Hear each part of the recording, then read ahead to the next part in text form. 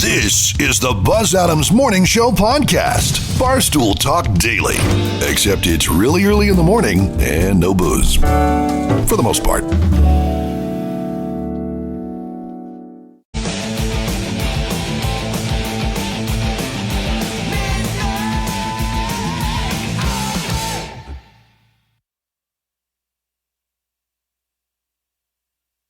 Good morning! Thank God it's Friday! It's Friday, pumpkin! Thank God it's Friday. Thank God it's Friday. TGIF. It is Friday, right? Have a great weekend, everybody! It was a Friday I never forget. Thank God it's Friday. Who wants to put on a show? Getting ready to kick some mad flavor in your ear? I'm a big fan of the show. From the KLAQ studios in beautiful sunny El Paso, Texas. Does anyone copy my transmission? The Buzz Adams Morning Show is back. Good morning, my neighbor! Only on 95.5 KLAQ El Paso. And thank you so much. Good morning, everybody. Good morning and welcome to the show for this Friday. We're just a few hours away from the start of the Olympics, which is not even accurate because they had some Olympic sports, including soccer, over the past 2 days. But the opening... This is the official start. Yes. And I have figured out that Paris is 8 hours ahead of El Paso time. Oh, interesting. Yeah, so it's like 2 in the afternoon over there already. And opening ceremonies are going to be in about 4 or 5 hours. And then it's just going to be, I guess, wall-to-wall Olympic coverage for how long do they do it? 6 years, it seems like? Something like that? Yeah, right. I don't know, like 2 weeks? Yeah, I have no idea. I forget. How long is it? Between the 4 years that it's on.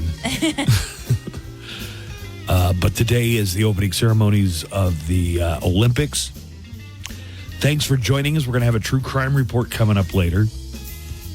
Let me get a look at El Paso weather. Since we're headed into the weekend, we'll go ahead and do a weekend golfers forecast. Brought to you by Painted Dunes Desert Golf Course. Partly cloudy today, not seeing any rain in the forecast, and 100 is going to be the high temperature.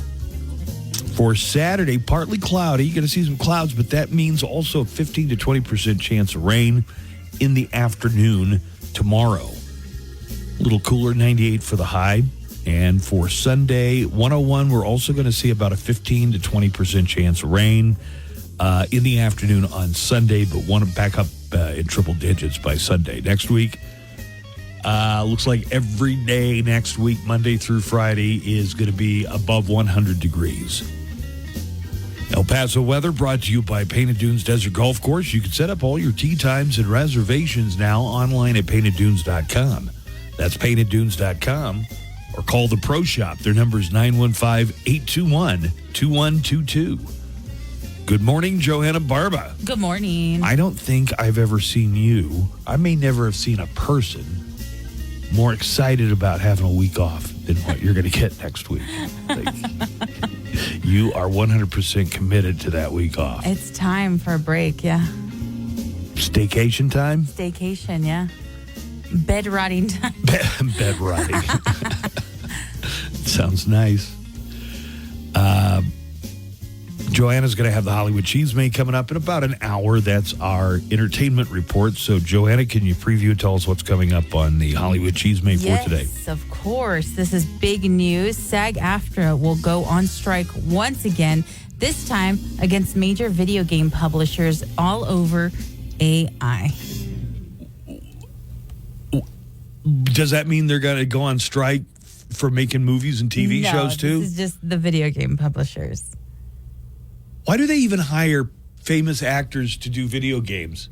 Just get somebody, I'm not saying that there's no skill involved in voice talent, but why do you have to pay through the nose for Ryan Reynolds when you can just get somebody who kind of sounds like him? I think that's also an issue. There's a lot in this, so I'll go over it in entertainment. Looking at television, so NBC is where you can see the opening ceremonies for the Paris Olympics. That is going to air at 11:30 our time here in El Paso, okay? All right. And be rebroadcast later in primetime at 7:30, 5:30 El Paso time. All the times they give are East Coast times, so I have to subtract do 2. that math. Yeah, it takes me like 5 seconds to subtract 2 from anything. I can never do that. On Peacock, the series premiere of Olympic highlights with Kevin Hart and Kenan Thompson. Oh. So maybe you want to watch just the highlights of the Olympics. That's what I like to do. With the hilarious hijinks of Kevin Hart and Kenan Thompson. Saturday is, here's some of the events that are going to be covered. Preliminary equestrian and rowing, fencing, judo, field hockey, basketball, handball. What is handball? Is that where you hit it against the wall? Yeah. And volleyball. Sunday's events include men's water polo, women's soccer, men's basketball, plus the women's gymnastic qualifications. So that's what's going on this weekend. Well, Joanna, the Disney, Yes. Hulu, and Max streaming bundle is here. What? Why can't you just pick like a la carte? I want this one, and I want this one. I guess you could, but it's more expensive, right? Right. So they purposely will put these bundles together, and then you're kind of like, that kind of saves me a few cents. Yeah. Yeah, okay. The Disney, Hulu, and Max streaming bundle is $16.99 per month, but you got to watch ads. My sister and I were like having a serious meeting, like, all right, we got to this? really like hunker down and choose which streaming services do we want to keep. Did you have like a list going? Yeah, and pluses, and we were minuses. Like, should we just get this bundle? So it's $16.99 per month with ads, $29.99 per month without ads. Without ads. That's like when they would have regular cable and they would say, "Do you want to add HBO and Showtime?" The Supreme Court has ruled on one of the important topics of our age, and that is boneless wings can have bones in them. Okay. This was decided by the Ohio Supreme Court, okay? All right. But, yeah, if you order boneless wings and they have a bone in them, that's legit. Still a wing. It's still a boneless wing, even if it has a bone in it. Let's see. What else is going on? We're going to have a true crime report coming up later, and a lot more on the way. Joanna's going to be out later. So, Joanna, you want to tell everybody where they can join you this afternoon? Of course. I will be out at Total Wine and More out at the Fountains later on today from 5 to 7, celebrating 100 ways to celebrate summer with Yingling beer. Well, what way are you going to celebrate summer today? Watching the Olympics. It says watching the Summer Olympic Games. That's way number 22. Can you believe we're barely on 22? What better way to enjoy the Summer Olympics than with a cold, crisp, refreshing Yingling Flight? Raise the bar with the next generation of light beer. And Joanna told me they give out samples. They do, yeah. Like in tiny little mouthwash cups? Yes. Yeah. Come by.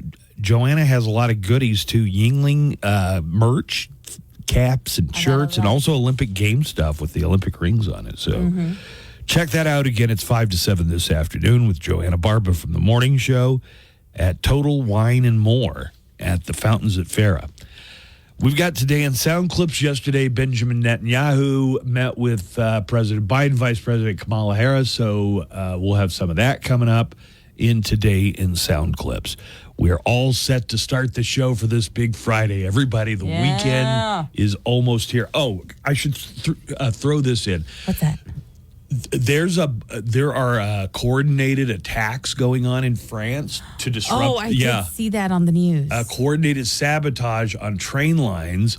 There are a lot of different bad actors, I guess, out there that are trying to do what they can to disrupt the Paris Olympics. So hopefully their security game is on. They did foil another attack. But that's something they're reporting today, is that there was a sabotage on the train lines, which are one of the main ways of getting around in France, especially around in Paris. So keep that in mind. We're going to come back with today and sound clips on the way in just a few moments. The Daily Calendar. Hey, bros. It's July 26th, and it's Holistic Therapy Day. Hippocrates, the father of medicine, believed the body can heal itself, so the best medicine is learning to heal without medicine. Try some yoga, Reiki, sound therapy, aromas, whatever. Maybe they'll work. also National Bagel Fest Day, celebrating the food named after the German word for bracelet. And it's National Aunt and Uncle Day and Talk in an Elevator Day. Hey, what do you guys want to do after? Sounds like the start of a horror movie. And that's your daily calendar.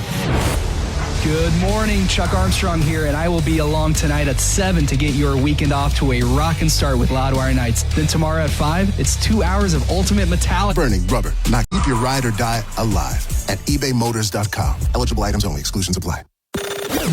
Broadcasting from El Paso for El Paso. The Buzz Adams Morning Show on 95.5 KLAQ.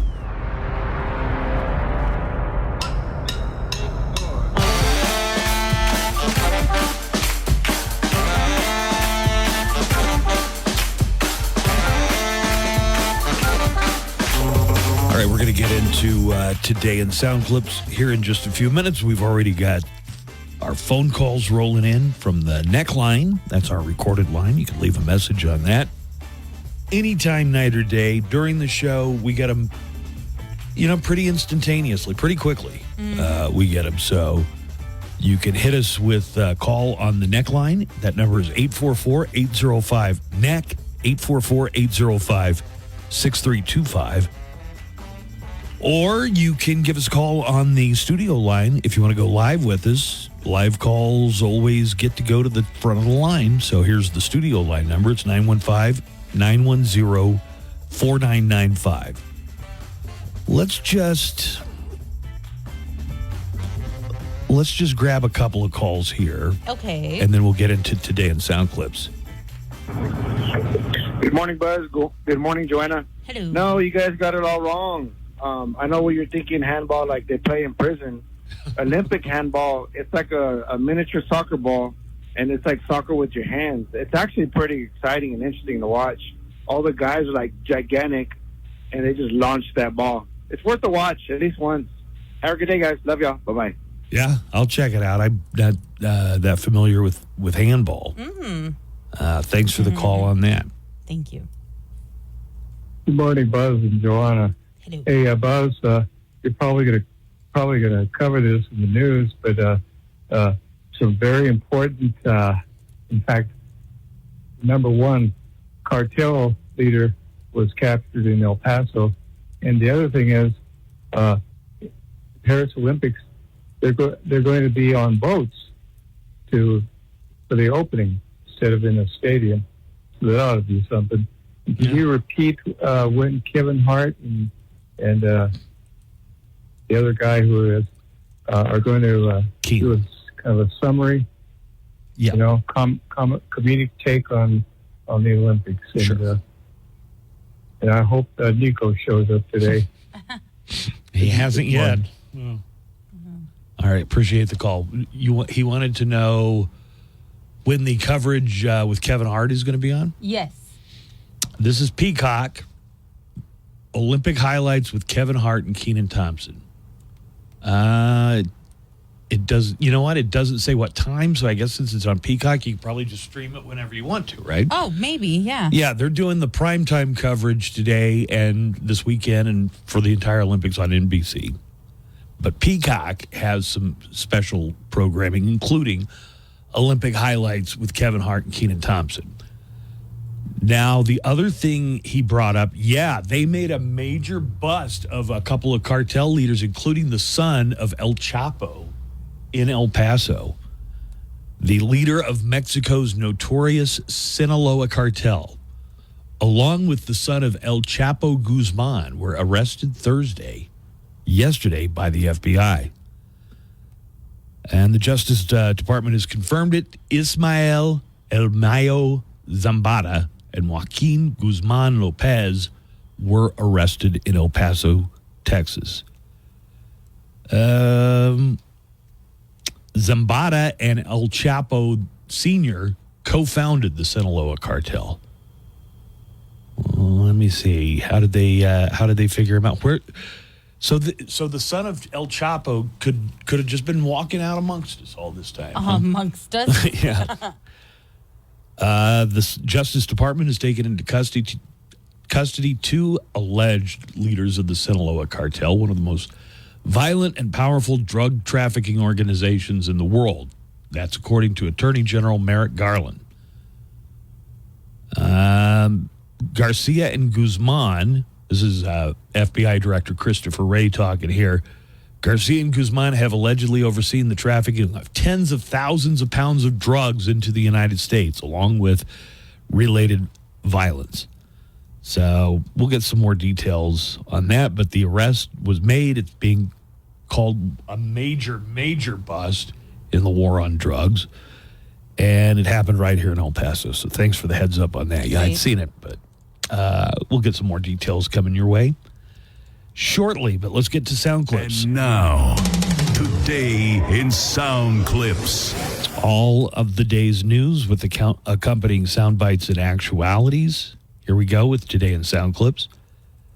After speaking to a session of Congress on Wednesday, Israeli Prime Minister Benjamin Netanyahu yesterday met with President Joe Biden, Vice President Kamala Harris. Here's Kamala Harris talking to the press, though, right after the meeting that she had with Benjamin Netanyahu. I've said it many times, but it bears repeating. Israel has a right to defend itself, and how it does so matters. Harris also talked when she was talking to the press, so this is after the meeting with Netanyahu. Harris talked about the humanitarian crisis in Gaza that has to be, according to her, addressed. We cannot allow ourselves to become numb to the suffering, and I will not be silent. Yeah, she's been silent for like 3.5 years. It's about time we hear from her, right? Yeah. Real. I mean, how often did you hear Kamala Harris, her voice on the news? Yeah, hardly. Hardly ever. Right.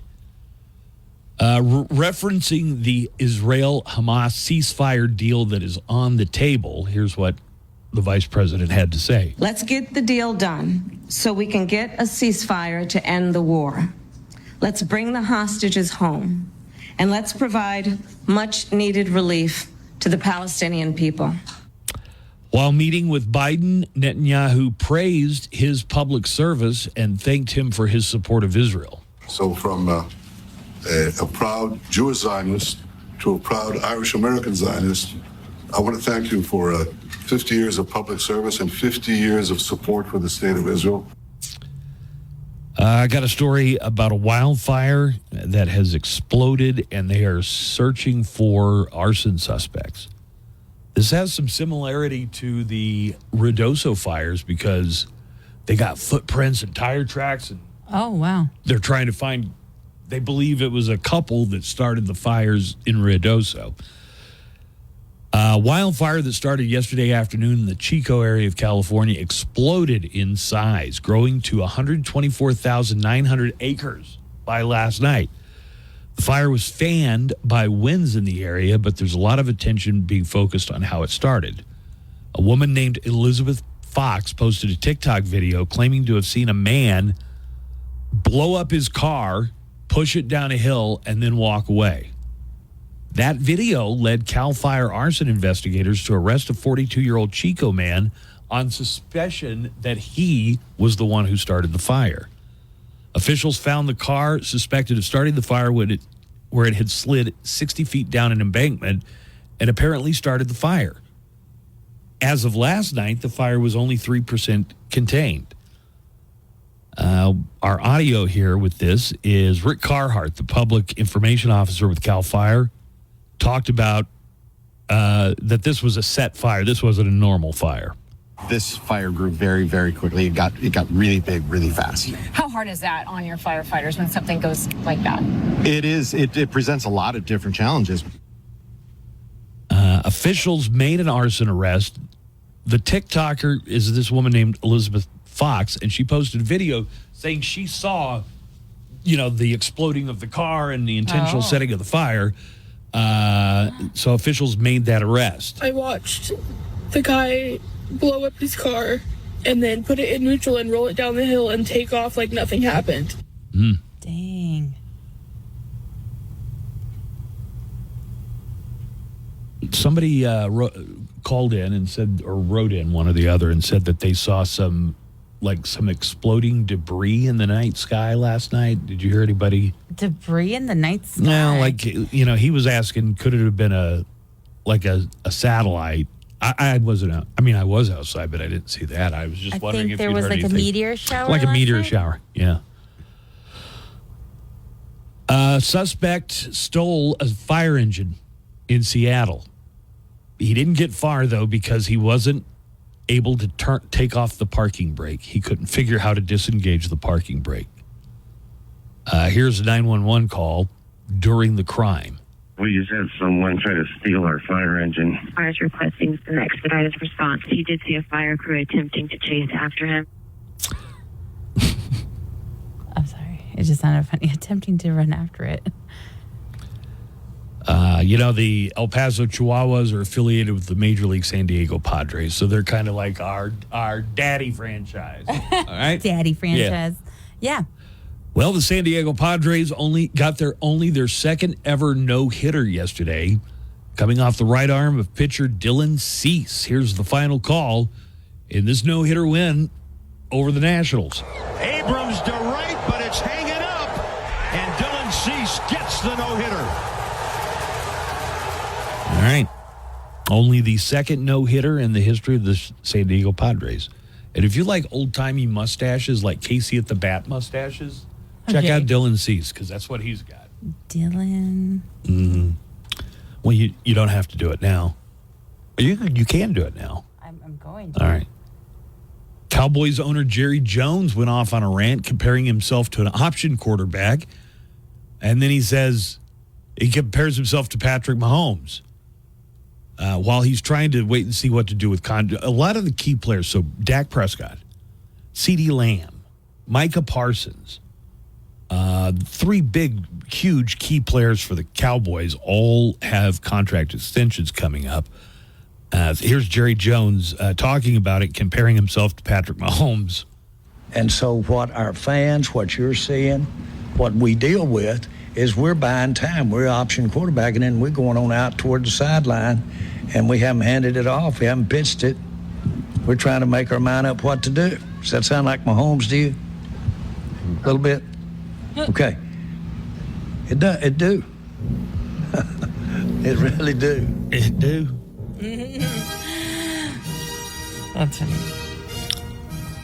Although the opening ceremonies are just a few hours away, they've already started playing several of the sports, including soccer. Trinity Rodman for Team USA scored the first goal for Team USA on their way to a 3-0 win over Zimbabwe. Smith. Haran. Smoothly onto Rodman with the turn. And Rodman with the goal. All right, 3-0 over Zimbabwe. Trinity Rodman is the daughter of former NBA star Dennis Rodman. Have you ever heard of Dennis Rodman? Yes. Why? Because he dated Madonna and was married to Carmen Electra? Carmen Electra, yeah. Okay. So you can fairly say the Olympics are already underway. They're already playing They've events. begun. I was going to wait until Monday after we've had a weekend, but I got the 2024 Olympic theme done early, so I can go ahead and play it today if you want to hear it. All right. This is specific. We changed the lyrics. I bet you didn't know the Olympic theme had lyrics. I did not. We change it every 4 years. Here we go. Here comes the French Olympics. Wee wee ooh la la, Moulin Rouge, menage a trois. Break dancing will make its debut. In honor of that, here's a breakdown for you. Time for us to find out who's really the best with the freaking crew. No time for words, we're through with that. All there is left is pure combat. Katie Ledecky, damn, she swims like a fish. Simone Biles, gold's her middle name. Unless USA wins, I could give two-ish. Blah, blah, blah, blah, blah. The Olympic Games. Hi, it's Chuck, and tonight at 11 on Loudwire Night. GECU.com. Credit qualification and approval, other conditions apply. Promotion and membership eligibility details at GECU.com. Live from the KLAQ studios, the Buzz Adams Morning Show. Courtesy of Glasheen, Vyas, and Inderman Personal Injury Lawyers at GVILaw.com.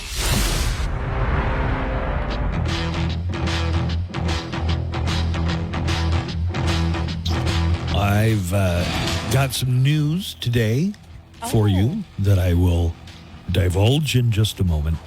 We got some calls, a couple of calls. People are really intrigued by the story about El Chapo's son and another Sinaloa cartel main guy being arrested in El Paso.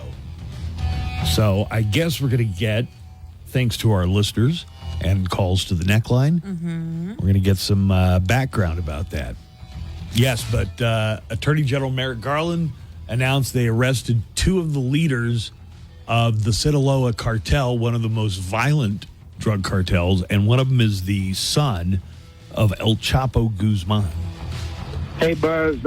In regard to the Mayo Zambada and Chapo Jr. Story, so I was at my dad's house, and the story broke on Mexican news. So he had several Mexican news outlets. Apparently, Zambada and Chapo Jr., they negotiated turning themselves in. So I'm wondering what's going on there. And it was like the DEA and CIA and, the upper echelon, I guess, higher than FBI, if you will. Unless it's the same, I don't know. But apparently Miles Zambada's sick. I don't know what those guys knew that the rest of us don't know, that they said, heck, I'm going to turn myself in. Maybe somebody's going to make a move on their cartel. Maybe the government is. We don't know. There's a lot more to it than them just being arrested by chance in El Paso, man. Anyways, have a great day. Bye-bye. Okay, what I think I'm hearing here is that it wasn't like they busted him. They negotiated their surrender, and I guess caller got this because that's what they reported on the Mexican news. Well, that's kind of interesting. Huh. This is one of those stories that probably there are plenty of listeners that know way more about it than I do already. Yeah, right. I only saw it when I came into work about an hour and a half ago. Hey, good morning, guys. Just a quick comment on that cartel leader that got arrested. This is actually a huge effing deal. With the exception of when they captured Chapo, this guy is basically the one that's been wanted. He founded the Sinaloa cartel, but he's never spent a day in jail in his life.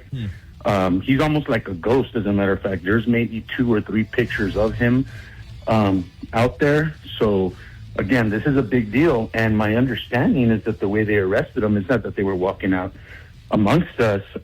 They flew in on a private jet to the Santa Teresa jetport. And they thought they were flying within Mexico to go look at some properties to purchase. So this was a very elaborate ruse on the part of law enforcement.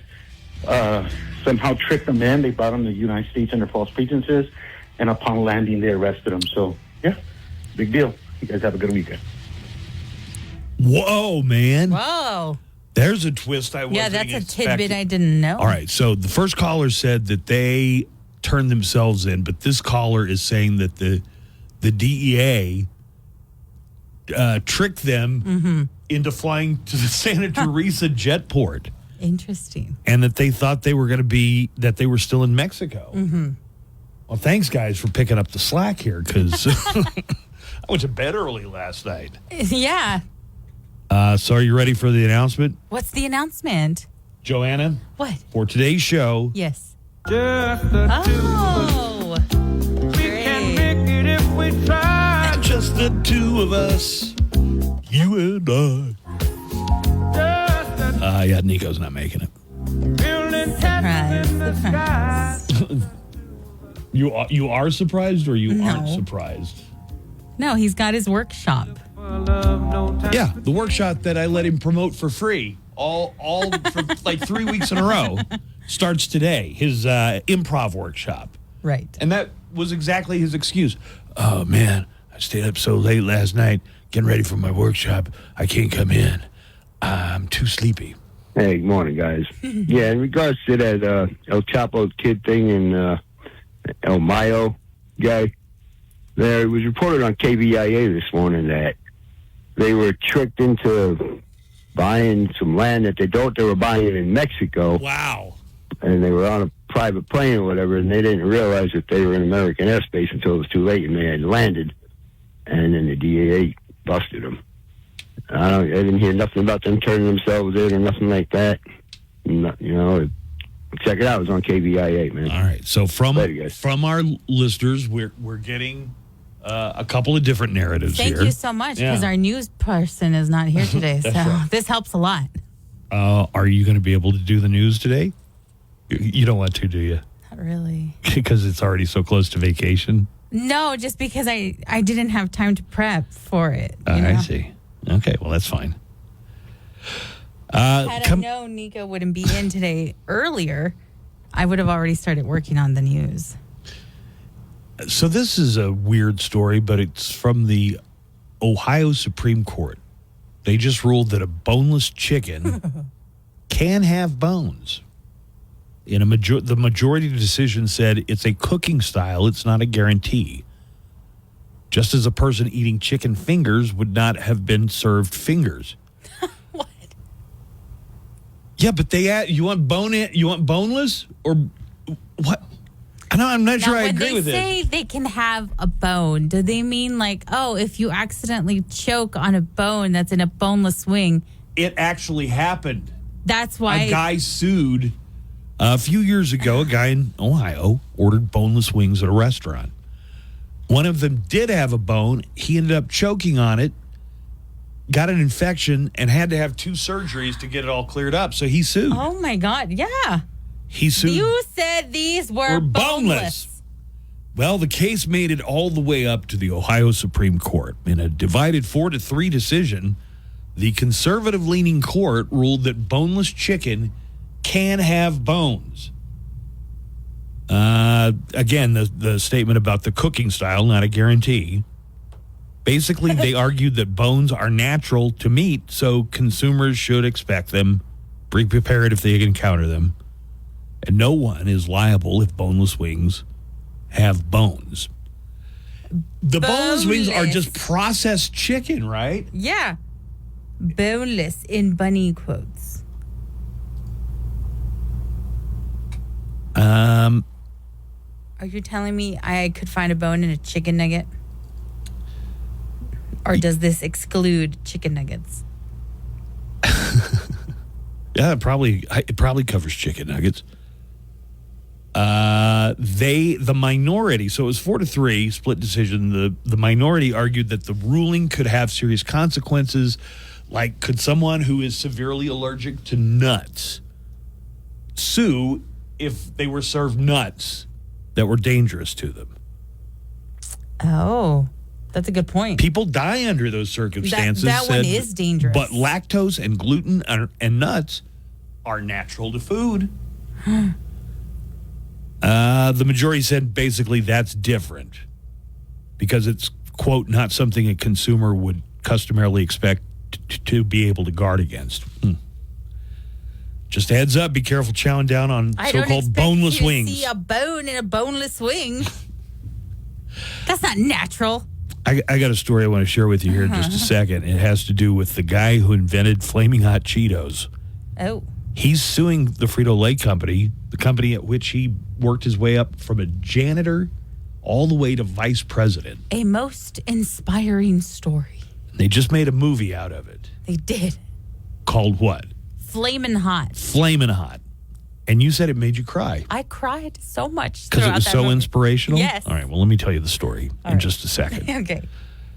If you're going to go hike in the middle of July in Death Valley... Why? First of all, why? Second of all, make sure that your shoes aren't going to burn right off your feet because that's what happened to a 42-year-old tourist from Belgium. Oh, God. He lost his flip-flops while walking through Death Valley and got third-degree burns on the bottom of his feet.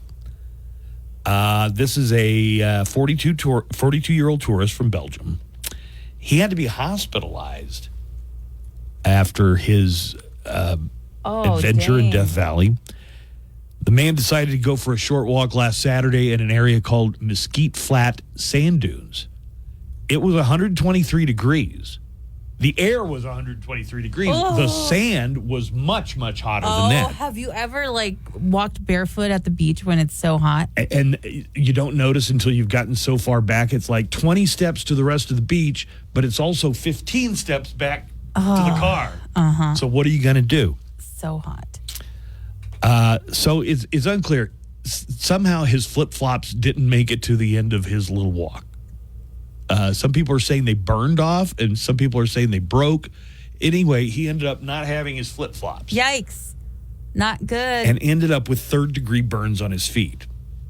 His family called for help, and other tourists had to carry him back to the parking lot. Yeah, carrying somebody around in 123-degree heat. In the sand? Yeah. Yeah, that's hard. Rescuers almost life-flighted him out because the burns were severe, and he was in what they describe as excruciating pain. Yikes. But it was so hot, get this, it was too dangerous for the helicopter to land because of the excessive heat. Oh, my God. So an ambulance took him to another landing spot at a higher elevation where it was only 109, and the helicopter was able to pick him up from... Oh, my God. It's crazy, right? Third-degree burns, by the way, destroy 2 layers of skin and can even damage muscle and, yes, bone. Oh! So this dude's going to be hobbled for quite some time. Take good shoes, not flip-flops, if you're going to go for a hike. Yeah, if anybody saw him, wouldn't he have been like, hey, man, you shouldn't wear flip-flops on this hike? It sounds like he was kind of doing it with his family, not part of a big group. They're not from here. They don't know. They don't know. Yeah. Someone needs to tell him. They're from Belgium. They think 82 is hot. Let me get a call here, and then I'll tell you about the Flamin' Hot Cheeto guy. Yeah, okay. Hey, Buzz. Yep. Just if you were like, for creative purposes, if you were like a cartel leader, Buzz Adams was a cartel leader, what would be your nickname? Like, Chapo has his and stuff like that. What would be your nickname? Probably El Gordo. I think it would be like El Gordo, because everyone says you don't like to pick up the tab. El what? El Gordo. What's that mean? Cheap.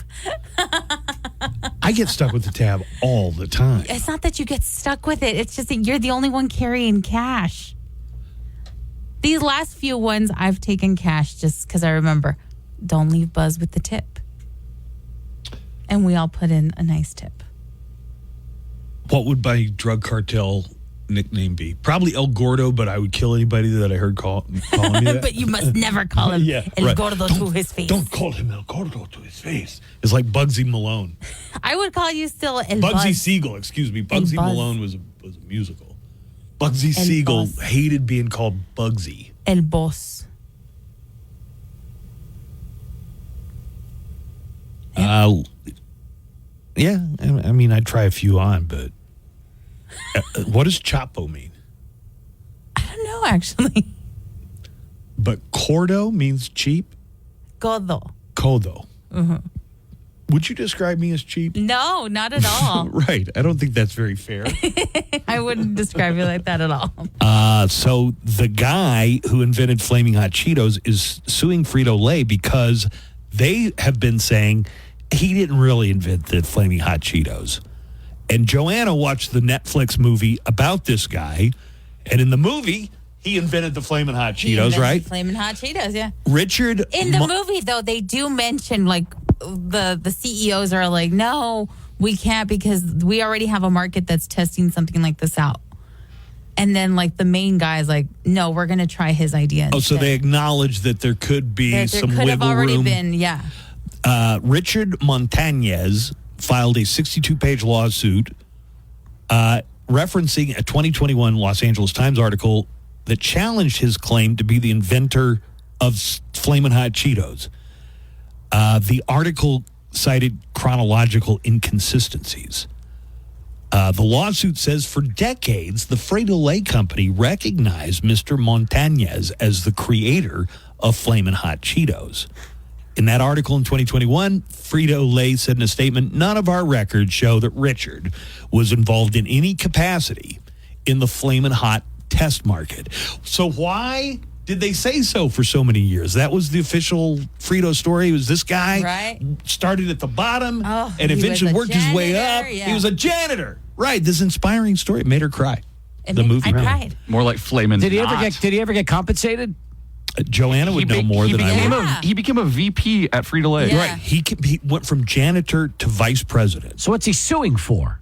That they're now saying he didn't invent the there's- Flaming Hot yeah. Cheetos. Oh, who cares? Listen, the guy's a vice president now. You know what? I don't think he is anymore. I think Oh, he really? might, he Yeah, I might be think he's retired. Yeah. Oh, so Invented flaming hot Cheetos. I'm the inventor, you know that it's true. And now Frito-Lay, I'm going to sue you. I invented flaming hot Cheetos. I Yum. invented Chester Cheeto. I invented Post-its. Okay.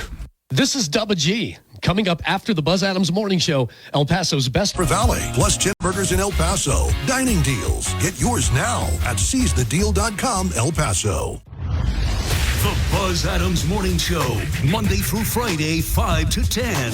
KLAQ and KLAQ HD1, El Paso, a Town Square media station.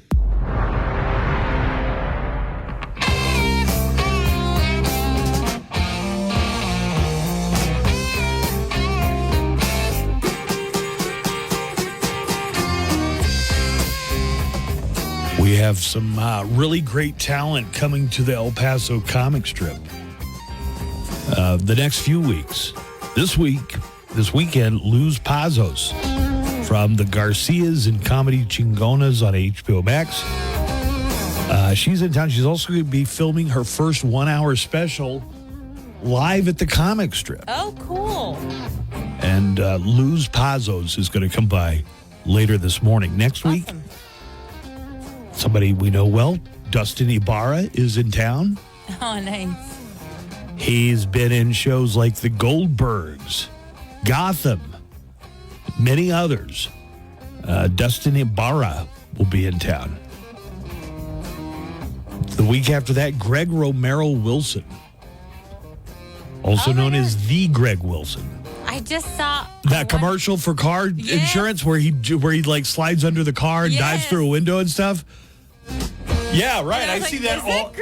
Yeah, totally Greg. So Greg will be in August 15th through the 18th. John Polar Bear Gonzalez, and then Earthquake is coming the week after that. Wow. Yeah, a lot of great comedy. But today, Luz Pazos in town for the weekend and filming her first 1 hour special this week. I'm going to have a true crime report coming up a little bit later. We got a lot of phone calls coming in. I'm going to get to those as soon as we can. But things are a little bit, not in disarray, but you just need to know that it's Joanne and I today. Well, the good news is Nico's not late. He's just not coming in. He's just not here. Building castles in the sky, just the two of us, you and I. It's time for the Hollywood Cheese May. Here's Joanna, and she has all the news from the world of entertainment. Good morning, Joanna. Oh, good morning. Lady Gaga said in an interview with Empire magazine that her singing in the upcoming comic book musical Joker Folie à Deux is unlike anything she's ever done before. The Grammy and Oscar winner stars opposite Joaquin Phoenix in the movie as Lee, a reimagining of Harley Quinn. Gaga said that she really wanted to remain true to her character, Harley Quinn, who is not a trained singer like she is in real life. So basically, Gaga had to teach herself how to sing badly. Wait a second. So most singers have all kinds of tricks to make themselves sound better. Right. Lady Gaga is so talented, she has to have a trick to make her sound worse. She's like, I couldn't sing bad even if I tried. She didn't say that, No, right? she didn't say that. But she really did say she had to commit to teaching herself to sing badly. She said, quote, "There's plenty of bum notes from Lee. When I breathe to sing on stage, I have this very controlled way to make sure I'm on pitch and it's sustained at the right rhythm and amount of time. But Lee would never know how to do any of that." Because she's not a trained singer. Because she is not a trained singer. But here is how she sounds just in the trailer for the movie. For once in my life. Well, that's Joaquin Phoenix. Yeah, but it's a duet. Right. I have someone who needs me. Sing hallelujah. Come on, get happy. Get ready for the judgment day. Interesting. Joker Folie à Deux director Todd Phillips told Empire that Lee is really Gaga's own interpretation of Harley Quinn, although there are rare things that people would find familiar in her from the comic books. Joker Folie à Deux will premiere in competition at the Venice Film Festival before opening in theaters on October 4th. I thought Joker was a great standalone movie. I thought so too. And I hope this doesn't mess that up. Yeah, for sure. I hope it's good. I guess in this timeline, Batman is still like 11 or 12 years old, though, Yeah, right? I think this picks up about 2 years after the first one. Ooh. I think that's what I've heard in the trailer. Deadpool and Wolverine's out today, man. Oh, it is. I'm not going to fight them crowds, though. No. You don't have to worry about spoilers for me at least until Tuesday, because I don't think I'm going to go try and get a seat. I don't know if I could this weekend. What I've told listeners who have already said, hey, Those remind rules, Buzz of those spoiler rules. Mm-hmm. And I said, hey, don't worry. Buzz isn't even going to see it this weekend yet. He's not going to see it yet. So we've got a few days of spoiler-free for Deadpool and Wolverine. That's right. Hollywood's video game performers announced that they would go on strike Thursday, throwing part of the entertainment industry into another work stoppage after talks for a new contract with major game studios broke down over artificial intelligence protections. The strike, which is the second for video game voice actors and motion capture performers under SAG-AFTRA, began at 12:01 today. The move comes after nearly 2 years of negotiations with gaming giants, including divisions of Activision, Warner Brothers, and Walt Disney, over new interactive media agreement. SAG-AFTRA negotiators say gains have been made over wages and job safety in the video game contract, but that the two sides remain split over the regulation of generative AI. A spokesperson for the video game producers, Audrey Cooling, said the studios offered AI protections, but SAG-AFTRA's negotiating committee said that the studio's definition of who constitutes a performer is key to understanding the issue of who would be protected. This would be a perfect time for them to say, okay, you know what? You guys stay on strike. We're just going to switch to all AI. I mean, if the concern is you're going to get replaced by AI, what if while they were on strike, they said... It runs the risk, right, of them saying, like, well, you know what? We're just going to go directly AI. The strike begins just as San Diego Comic-Con is kicking off, and during a press conference on Thursday, Sarah Elamé, chair to SAG-AFTRA Interactive Media Agreement Negotiation Committee, noted that the union's video game performers were free to go and have fun because Comic-Con is exempt from the strike. Those performers scheduled to participate in panels and events for struck companies are also exempt. Can you believe Comic-Con started? I don't even know if they made like such a big deal about it. Well, you know, I don't know that it's, it's probably back to full strength. The pandemic, I'm the thinking pandemic about, kind of shut it down a kind little. of threw a wet blanket on a little. But imagine it's back. It's back. Are they having the big stars back? They didn't last year. I actually don't even know who is going to be there this year. My daughter said that next year for her senior graduation present, she wants me to take her to Comic-Con. That's a good in San senior Diego. present. that would be a good senior present, right? Yeah. You took her to some other con. They have a big one in, it's like Denver, but it's in Denver. It's a lot of, it's just like pop culture, so everything. Sweet. Which I guess you could say that about almost any Comic-Con now. Almost, yeah. Jordan Peele is reviving Scare Tactics, which originally launched on Sci-Fi in 2003 and ran for 5 seasons. The series debuted just 1 month after MTV's Punk'd and featured ordinary people being put into terrifying situations with the help of professional Hollywood special effects, stunt, and makeup teams. What was that show called? Scare Tactics. Yeah. Do you remember that? Oh, my God. They had like this crazy human biomed monstrosity running loose in a laboratory. Oh, my God. And it was scary as hell. I think I remember seeing They did a some of it. full-on Bigfoot attack on these people that were camping out in the woods. And they actually got Yeah, like yeah. a 7-foot tall guy to wear a Bigfoot costume to scare them and stuff. The official description reads, quote, "Scare tactics will turn unsuspecting individuals into the main characters of their very own horror movies.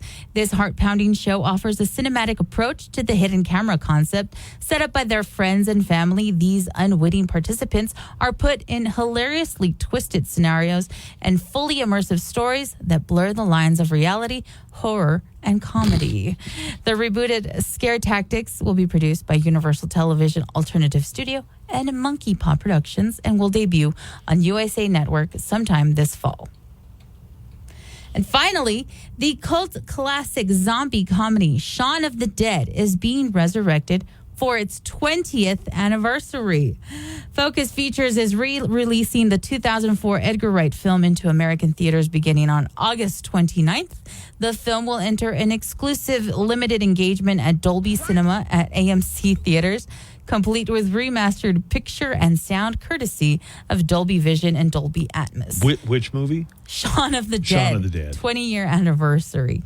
In a statement, Edgar Wright wrote, quote, "20 years ago, the worldwide release of Shaun of the Dead changed my life forever. Its reception since then has continued to be incredible, largely due to the passionate fans who have championed it with cricket bats aloft." In addition to launching an exclusive Shaun of the Dead pop-up at the Comic-Con this week, and Focus Features have unveiled a brand new trailer commemorating 20 years of the horror comedy with the tagline that reads, "Shaun of the Dead, 20 bloody years." With your entertainment news, I'm Joanna Barba. What are you watching? This is the Scare Tactic where they had the guy working in a medical laboratory and there's some kind of lab creature running around. Do you want to see it? Yes. Here's an unpopular opinion. As far as Edgar Wright movies go, Hot Fuzz superior Hot to Fuzz Shaun of is the great. Dead in every. Shaun of the Dead's great. Don't get me wrong. Hot Fuzz is even better. Agree. All right, let's calm down. Take a deep breath, okay? Okay, so they hired this dude to be the night watchman at a medical laboratory, and there's some kind of little rat monster running around. Okay.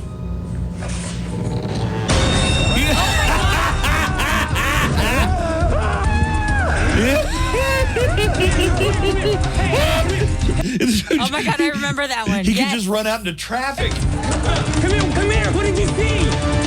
What did you see? Dude, what was in there? What did you see?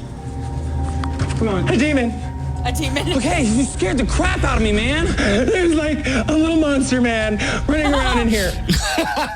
Do you remember that one? Yes, I remember that one. Do you remember who hosted it? No, You who? didn't say so in the story? No, not in my story. Tracy Morgan. Oh, snap. All right, so Scare Scare Tactics Tactics is coming back. Let's take a break. We'll come back. More of the Buzz Adams Morning Show on the way right after this. Hey, it's Double G. Coming up after the Buzz Adams Morning Show. Your phone in Mexico, like 2 countries, 1 network. Only with AT&T. Visit att.com/one network for details. El Paso's own live and local. The Buzz Adams Morning Show. 95.5 KLAQ.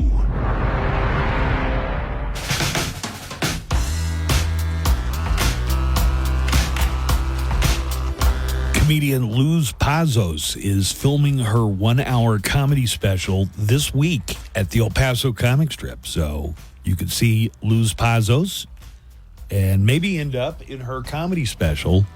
She's at the Comic Strip this weekend. And she'll be dropping by the studio later this morning.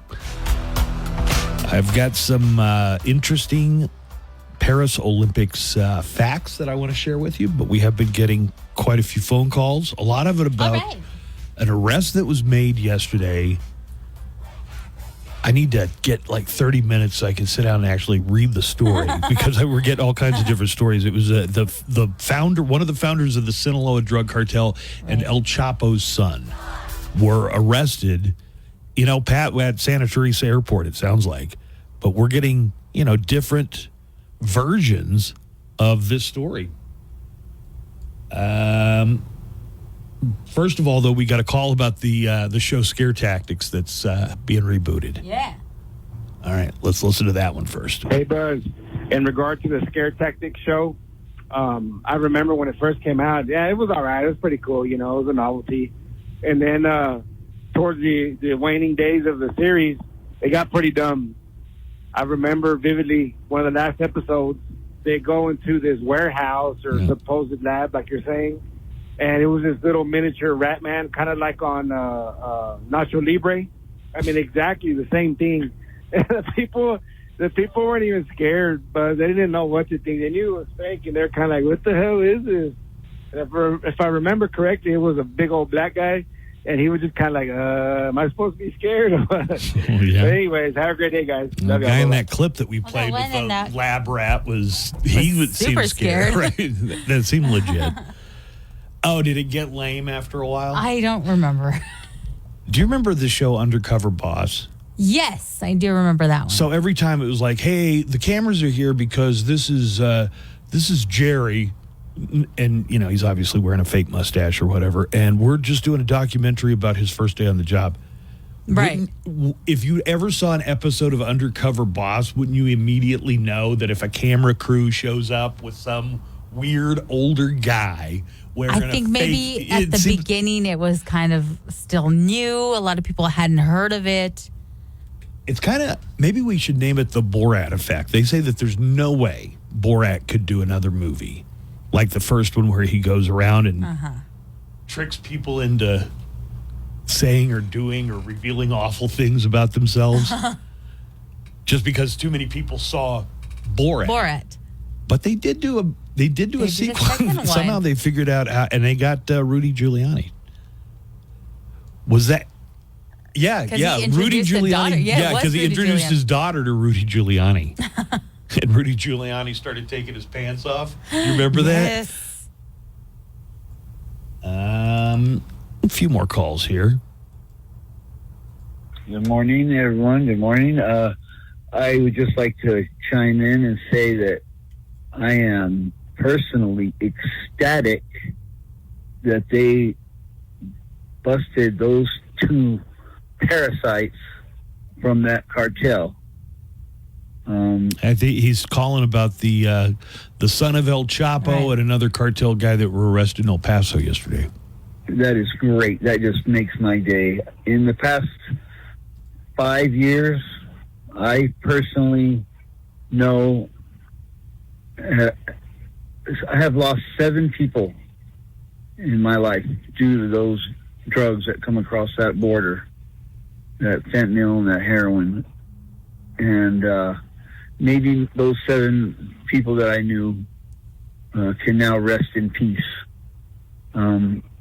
Those dummies, I think it's hilarious that they got tricked like that. They think they are so smart and that they know everything, and they got tricked by the feds. I think it's great. So, like I say, I really need to read into this. I'm just kind of hearing it secondhand via our callers who are calling in. Mm-hmm. I guess they were on a private plane, and they were going to go look at some land in Mexico. But somehow it was a ruse, and the plane flew to Santa Teresa, New Mexico. The cartel dudes thought they were getting out in Mexico, but they were actually getting out in the United States. And that's when they were apprehended by the FBI. Right? Is that the way you're That's understanding how I'm it? picking it up, yeah. Yeah. Okay. Just wanted to make sure we were on the same page there. Hey, good morning, show. I'm calling about that vato that burned his feet over there at Death Valley. Belgian man broke his flip-flops, or they melted or whatever. Anyway, he had third-degree burns on his feet because he was hiking without any shoes in Death Valley. Did he ever see that movie Castaway? You just tear a part of your clothes and make yourself some sandals? Okay, have a good day. Bye.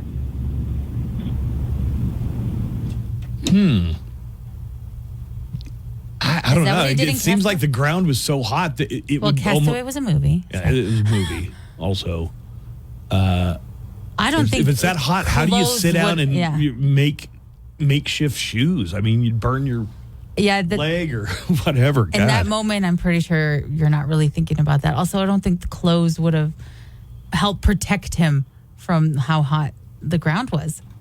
So hot, the rescue helicopter couldn't land. Could not land. What's up, Mo Show? What's up, Buzz? Nico, Joanna. No, Nico. Hope you guys are all well. It is Friday. It is Friday. Question. Yep.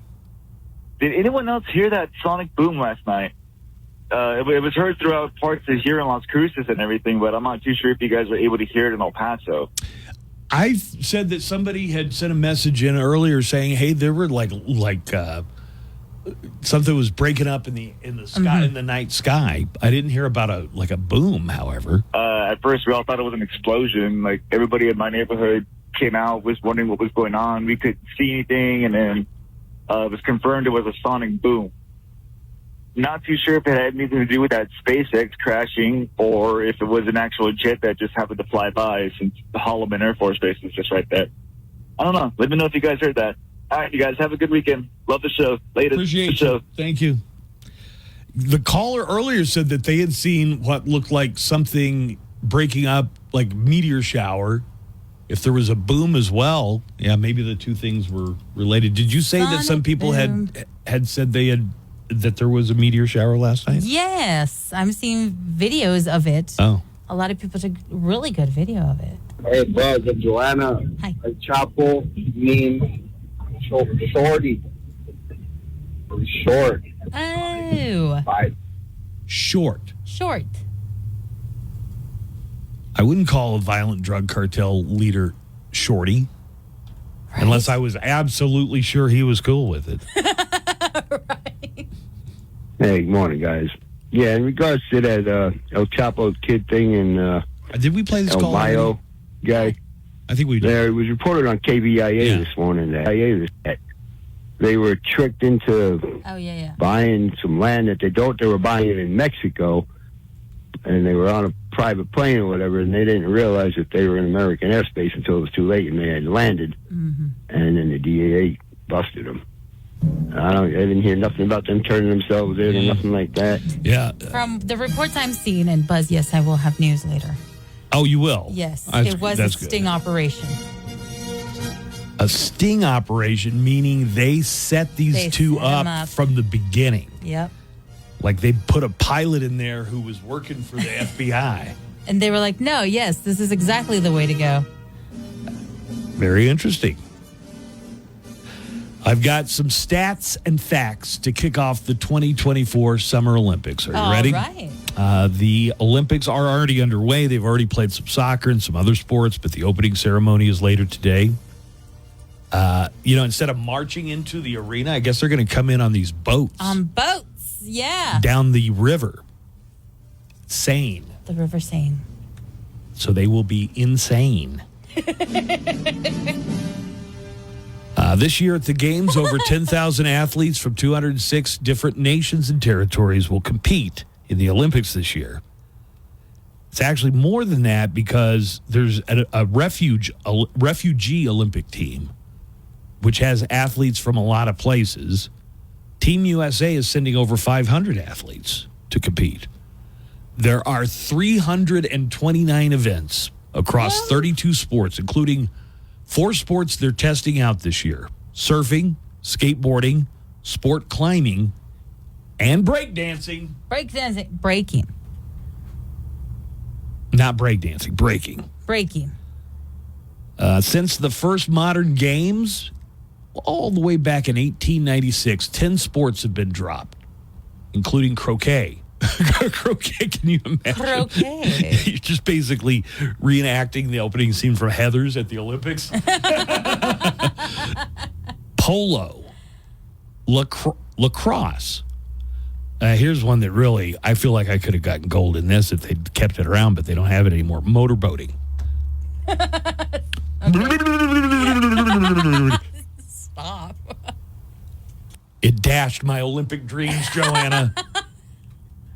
They used to have tug of war. They discontinued that because it was so dangerous. Tug of war, apparently, if people take it too seriously, there can be really serious injuries, including severed limbs. Had you ever heard about that before? No. Let's talk about the Olympic torches. Around 10,000 different torch bearers have carried the torch over the last 3 months. It's been winding its way through France since early May. And I think we can confirm that it was not a joke. Snoop Dogg is actually going to be carrying the Olympic torch toward the end of its journey. All right, Snoop. And I hope he has a blunt the size of an adult human's leg that he lights up with that giant torch. Actually, I think he said he's going to be straying away from that while he's out in Paris. Mm-hmm. Yeah. He says that he is going to fully abide by their rules. They don't have marijuana smoking in I don't Paris? think so. Just regular smoking. The youngest and oldest athletes at the Olympics this year are both from the USA. Oh. On the youngest side, gymnast Hesley Rivera just turned 16 last month. And on the other, how old do you think the oldest Olympian is? Do you think it's LeBron? He's 39. Oh, 39. That is definitely up there. I'm going to say it is him. No. No. It's somebody 20 years older than him. 59-year-old American Stephen Peters will compete in dressage. That's the fancy horse dancing event that you see every 4 years, and you're like, I cannot believe this is a goddamn sport. Snoop is all like, oh, he's crib walking. Hey, crib walking. Look at him. For Peters, this is his 6th Olympics. He's 59 years old. How much do athletes get paid? For the Olympics? Yeah. It's supposed to be, they're supposed to be amateurs. I mean, that they said that for the longest time. And then in 92, we just let all our NBA stars who are all millionaires play. Probably because they don't make that much, according to this. What, at the Olympics? Yeah, a gold winner for Team USA gets $37,500 for their efforts, while their counterparts in places like Singapore receive $737,000. Yeah, I can remember they used to make a big deal about this being amateurs, amateur competition. But now it's getting harder and harder to defend that. Probably because a lot of Team USA probably rely more on like ad deals and stuff like that. Well, a lot of first of all, in the history of the Olympics, the United States has way more medals than any other country. But our biggest rivals were the Soviet Union. And the gripe used to be, okay, these are amateurs, but everything is paid for them by the Soviet Union. Meaning their training, their housing, their food, everything they could possibly want. How are they not professionals? Oh, right. And I think that was when they decided, you know what, screw it. We're going to send our we're going to quit pretending about all this amateur stuff. We're just going to send Michael Jordan and Shaquille O'Neal. I don't remember if Shaq was on the Dream Team. Clyde Drexler for sure. Another fact, 59% of American adults plan to watch at least some of the events this year. That's kind of my plan. If it's on and it looks interesting, I'll watch it until it ceases to be interesting. That's kind of my Olympic watching. Okay. Around 4 billion people globally will watch some of the Olympics. 74% of people say they prefer watching the Olympics live if possible. But, important note, if you're in El Paso, Paris is 8 hours ahead of us. Paris is 6 hours ahead of New York City, 9 hours ahead of Los Angeles, and 8 hours ahead of El Paso. So let's get excited. The Olympics start, guys. And now, here's another great moment in Olympic history with your Olympics correspondent, Keith Jackson. Oh, mercy me, Katie, bar the door and set the table, Mabel. Barcelona, Spain, 1992. Condoms are provided free for the first time for athletes in the Olympic Village. After some initial confusion, the Polish athletes thought they were the worst-tasting chewing gum they'd ever had. Oh, no. And the U.S. NBA Dream Team and all their illegitimate children had no idea what they even were. Eventually, over 40,000 condoms are used by athletes in Barcelona. The Olympic prophylactics came in 3 different colors: gold, silver, and bronze. I even scooped up a handful to take home myself. When I got back, I told my wife, look there, I got a bunch of gold Olympic condoms for us. I could tell she was disappointed and asked her why. Well, she said, why didn't you get any silver ones? Why would I want silver ones, I asked. So you can finish second for a change, she replied. Oh! And this has been the great moment in Olympic history with Keith Jackson. While you're working away, we're working for you. Our job. Visit Toyota.com for feature availability and offer details. Offer available in select states and ends 7/31/24. Live from the KLAQ studios, the Buzz Adams Morning Show. Courtesy of Glasheen, Vyas, and Inderman Personal Injury Lawyers at GVILaw.com.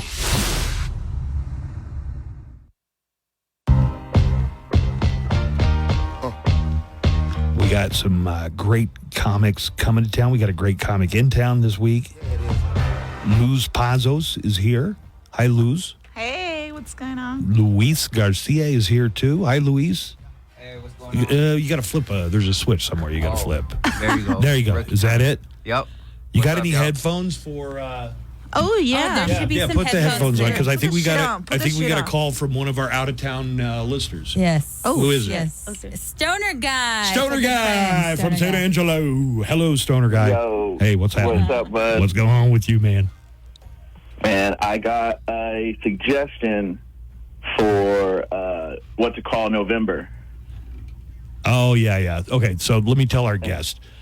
Since this is a rock station, we're calling July Iron Maiden, so we could play Iron Maiden a lot. That's a band. I don't know if you guys are familiar. God. Joanna, what's next month? Next month is going to be August. August. September is September. October's, I guess, Rocktober. But November has been a tough one. That's why we just say it's Toyotathon month. So what do you have in mind for November? Well, first of all, I want to say I'm totally down with AC Diciembre, of course. I want AC Diciembre. That's a good one. Okay, so for November, and you got to say it a couple times to get it. All right. But it starts rolling off after that. But I want it to be Slip November. Slip November. Slip November. Slip November. Slip not. Slip November. I have always suggested we make November Aldo Nova Ember. But Aldo Nova only had that one song. I was wondering what it was. Replay it on the loop. It's Fantasy by Aldo Nova, but he really is kind of like a one-hit guy. You would hear that 100 times during the month of November. So I need to chew it. Definitely not no one-hit wonder. No, Slipknot. I need to toss that around in my brain, chew on it a little bit, and see if I start feeling it. All right. Heck yeah, man. Dude, right. Y'all have a good one. All right. Bro. Thanks, Stoner. Have a great weekend. We'll see you. Y'all too. Thanks. Our regular callers all have nicknames that they've either given themselves or that we've assigned them nicknames, many of them. Joanna, one of our, I think 5 Points guy might have sent this. Oh. People are calling about a light going across the sky and a sonic boom that was heard. So I don't have this on mute. All right, it must have just been taken silently. So here goes. Can you see? Kind of. Make it bigger. No, that's as big as it gets. I said that so many times in my life. Do you see? So some people are saying it looks like. I've seen some videos of it. What's the Elon Musk deal where the SpaceX? No, the satellites that go over the sky. Anyway, some people thought it was that. That's not what it looks like. No. Also, it doesn't look like a meteor shower to me because those are fast. This one is moving like at a constant rate of speed, and we've already had a call from a few people who said they either saw it or heard a boom last night. So you guys know all about this cartel leader El Mayo. He's pretty famous, right? Yeah, he's pretty famous. Luis's uncle. That's my cousin's uncle. That's your cousin's uncle's brother. Okay. On radio, that's how I gotta say it. He was arrested along with El Chapo's son here in in Santa Teresa, which is adjacent. Santa Teresa. We thought it was in the El Paso airport. No, it was excited. We almost saw it. Okay, so what we're hearing from people who have seen it more in the news than we have is that El Mayo and Chapo Jr. thought they were on a private plane. They were going to look at some land they were thinking about buying in Mexico, but it was all a trick by the FBI. The plane flew them to Santa Teresa, and since they were inside the United States, the FBI busted them. Doesn't that sound exciting? Hell yeah. It's like from a movie. Huh? Yeah, Finally, it's like the the plot of FBI does Narcos that something. it actually happened, though. Yeah. Zambada, that's El Mayo, right? Was tricked into boarding the plane by a high-ranking Sinaloa member following a month-long operation by Homeland Security and FBI. Okay, so it sounds like another Sinaloa guy Sold him out. sold him This is out. gonna be If bad you want in to put it that Mexico. way, yes, sold him out. That best. I hope they give him enough money to disappear. Yeah. Yeah. All his family is going to be dead within a week. Oh, my That's how God. they do it. That was morbid. Officials say Zambada was lured onto a private plane under false pretenses They were by gonna be Guzman strippers. Lopez. El Chapo's son is the one who tricked him into getting on the plane. Oh, my So God. Puga, you know anything about this? Here. No, you can use that with Puga. I heard about it on the radio yesterday, but I didn't realize that it was El Chapo's son on the plane. I just saw that a drug lord or somebody in the cartel had It's a gotten story of busted. betrayal. I thought they caught them together, but I They didn't did know catch that. 'em Yeah, they were together. But that makes together. sense. Yeah. It was like a little sting. Guzman Lopez surrendered to U.S. authorities and turned on Zambada because he, quote, blamed El Mayo, for the capture of his father. I thought we blamed Sean Penn for the capture. Well, could have been either way, depending on perspective. On the way over to the radio, Luis told me that there was a $15 million reward for the capture. For El Mayo, yeah. I don't know if Do they give that to El Chapo's son? No, I think they're going to waive that one for him. No, I bet you But they. nobody You think they'll give it to I him? bet they made a deal, and I don't know if we'll live up to the deal. Well, what were they since doing in the United States to begin with? Like, what was They going on? weren't over here? going. They thought they were going to Mexico. They were They tricked. They were. The They trick were was like, they we're flew. going to New Mexico. Right. They go, New Mexico. Well, I mean, it kind of looks. Santa Teresa does kind of look like Mexico. Not a bad- They're like, there's El the Paso wall. kind of looks like Mexico. Come on, guys. This is what it sounded like. Oh, now there's no batteries. I can't do the voice changer. Damn it, buddy. Welcome aboard the private plane, gentlemen. We will be flying into New Mexico. Like, he just had the new part really low. So that, I guess, is what happened. U.S. Attorney General Merrick Garland said the two men lead, quote, one of the most violent and powerful drug trafficking organizations in the world.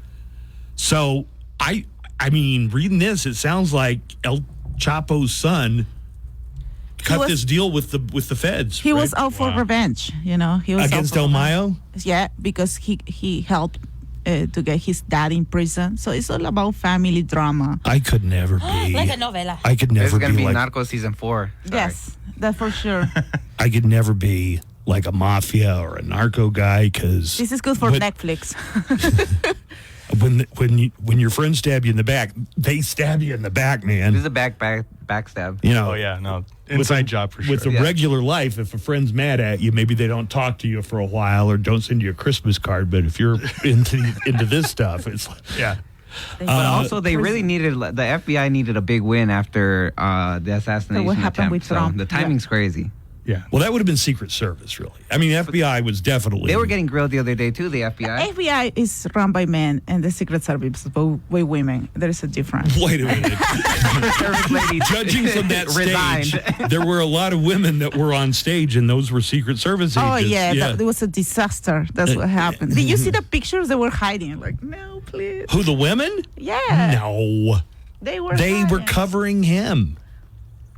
It was the That's an first time women interpretation. jumped on Trump instead of the other way. That's an I'd have been trying to interpretation. just have my arm up. All right, let's take a break. Luz Pazos, you can see at the El Paso comic strip. Do you know if you're doing a Sunday show? And we're doing Friday, Saturday, and Sunday. Mm-hmm. And you're making an album, and we're going to I'm talk recording about. the album Friday and Saturday. All right, so we'll talk about that a little more. Yeah. Luis Garcia is. Have you guys He's worked opening- together before? Yeah, all You the know this time. guy? Good dude. I can trust him. He's a good dude. He's my to-go guy. Okay. You know? For drugs. No. Let's take a Not no break. more. By the way, I am semi-fluent in Spanish. Yeah. We can switch it up. Go over to Spanish at any point. Okay. But don't do that because some people find it insulting. All right, let's take a break. We'll come back and we have more of the Buzz Adams Morning Show on the way right after this. Find out what's going on. Quirky facts about our region. Urgent things you need to know impacting your drive. And of course, nothing but El Paso's best rock. Ding if you could save on the bill. Get a quote in as little as 7 minutes at progressivecommercial.com. Progressive Casualty Insurance Company. Coverage provided and serviced by affiliated and third-party insurers. The Buzz Adams Morning Show, Monday through Friday, 5 to 10. KLAQ and KLAQ HD1, El Paso, a town square media station.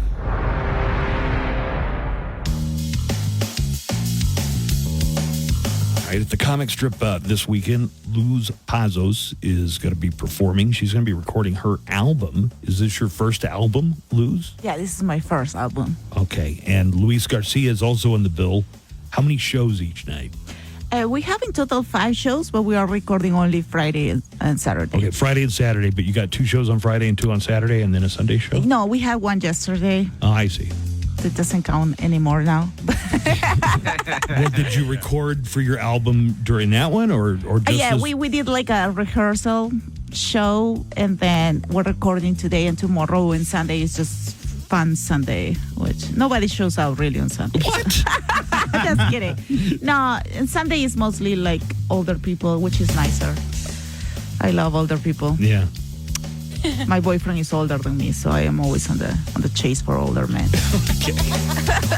Now, people knowing that it's for a comedy album, they should laugh. I mean, they're going to laugh anyway, but maybe just like laugh extra hard. Yeah, we're going to give them free shots when they get in. No, Really? No, just That kidding. would be a good Just way kidding. to get it But done. yeah, they usually are a good crowd Fridays and Saturdays. They're really awesome crowds.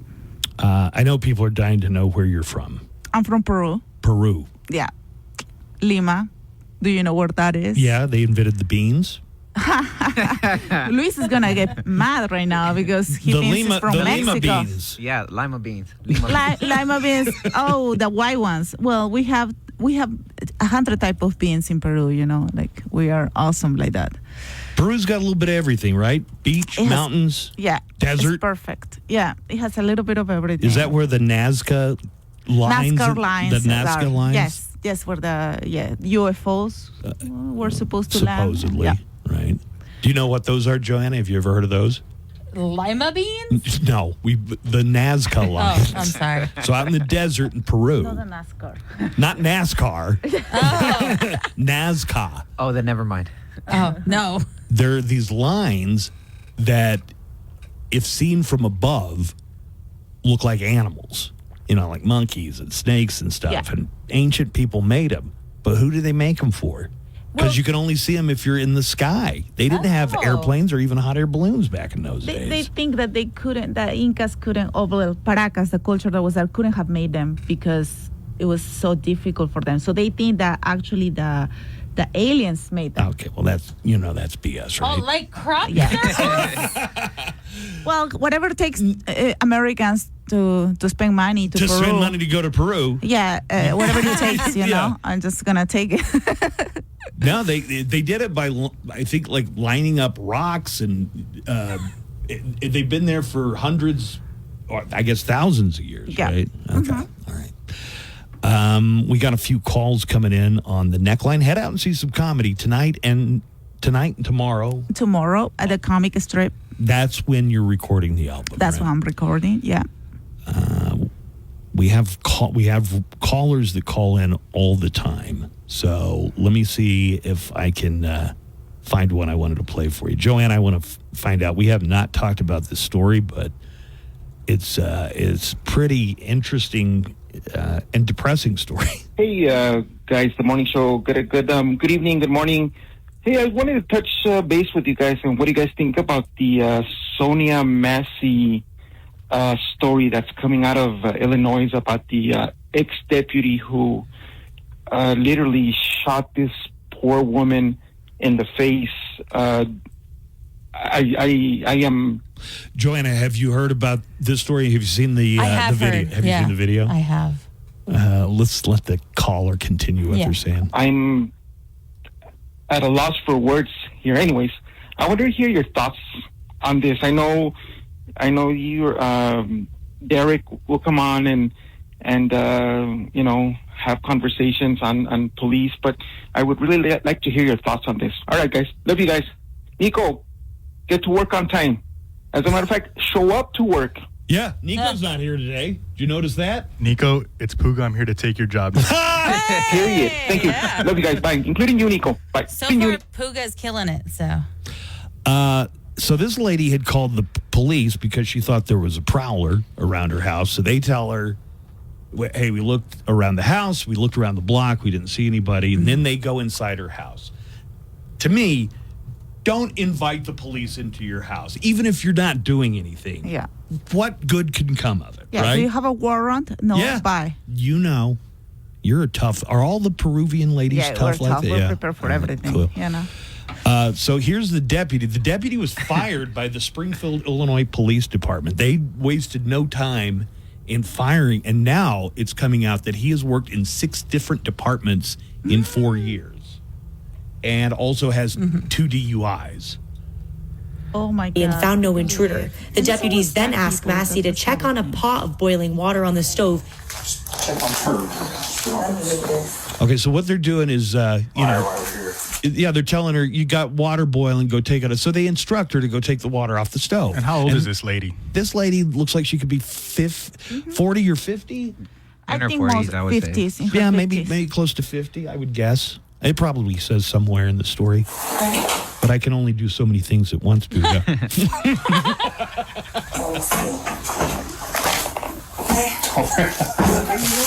Okay, so you hear the deputy. This is the guy who shoots her in the face.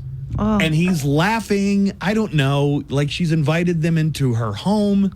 They're like vampires, the police. You have to invite them in. Right. This happens quickly, so I want you to notice this.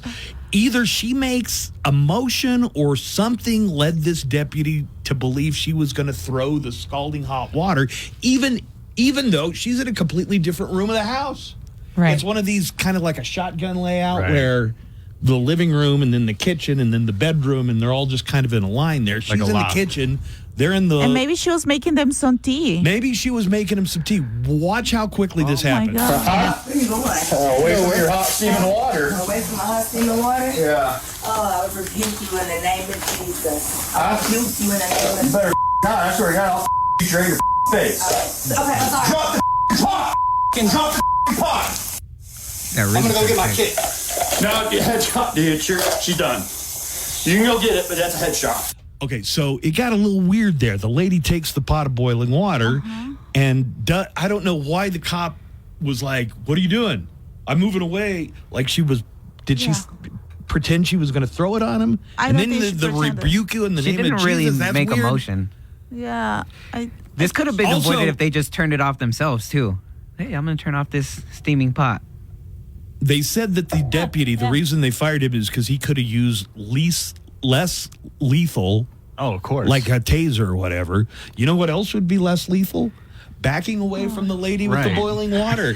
She's in a bathrobe. Water can only travel so far, my dude. And honestly, I don't think she was going to do anything with it. Didn't look like it. Didn't look that she was threatening them. I mean, I would say that her behavior, especially with the I rebuke you in the name of Jesus, that is a little erratic.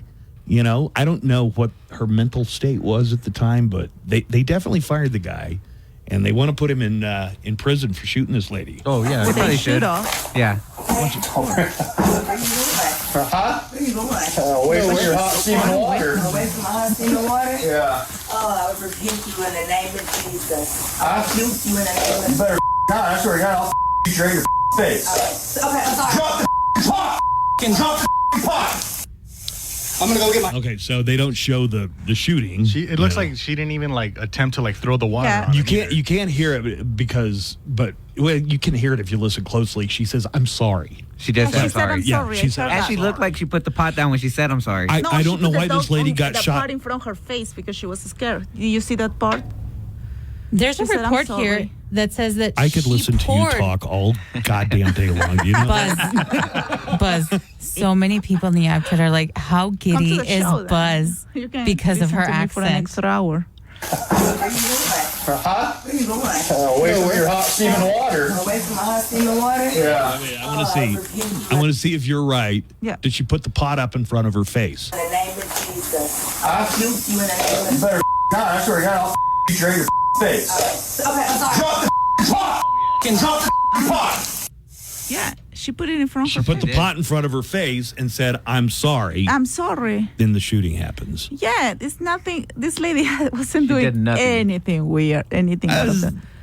Come on, the rebuke you, geez. I don't know. Yeah, but what kind that of- was an overreaction by the obviously. officer. Like, She's probably what just kind of scared. man are you that you're scared of boiling water? I don't know. Well, he Probably does have a Luis will be history of scared, being but- drunk, so he could have been drunk. There's a I'd have been report here scared. that says that she poured the water into the sink. I don't think she. And was, that's like, when she said, "I serious rebuke you in the name of threatening them. Jesus." Sonia Massey, by the way, 36 years old. 36 years old. Okay. Yeah, so I was that's a close, right, story at 40. that's being covered, and it is really disturbing. If the police show up, even if you call them, I think Justin Underwood, the lawyer, would back me up on this. Do not invite the police, Never. even if they ask to come in. Don't do it. They were there investigating because you called about a problem. Right. If they had not come in, this boiling water never would have been an issue. Yeah. Don't invite the police into your house. What Ask- if they are female officers? The well, same? what do they look like? They're hot. Yeah. Nice. Yeah, and wearing standard police issued clothing, or they got it like tied up in a crop top type of They situation. bring a radio and they start playing music. Now that I know, They can come in. I know a sting operation when I see one. All right, let's take a break. Luz Pazos is here. She's going to be at the comic strip along with Luis Garcia. Would you guys care to stick around when Joanna does the news in a minute? Yeah. Good. One more break? All right. Stick around. Stick around, and you can see Luz and Luis at the comic strip tonight, Saturday, and Sunday.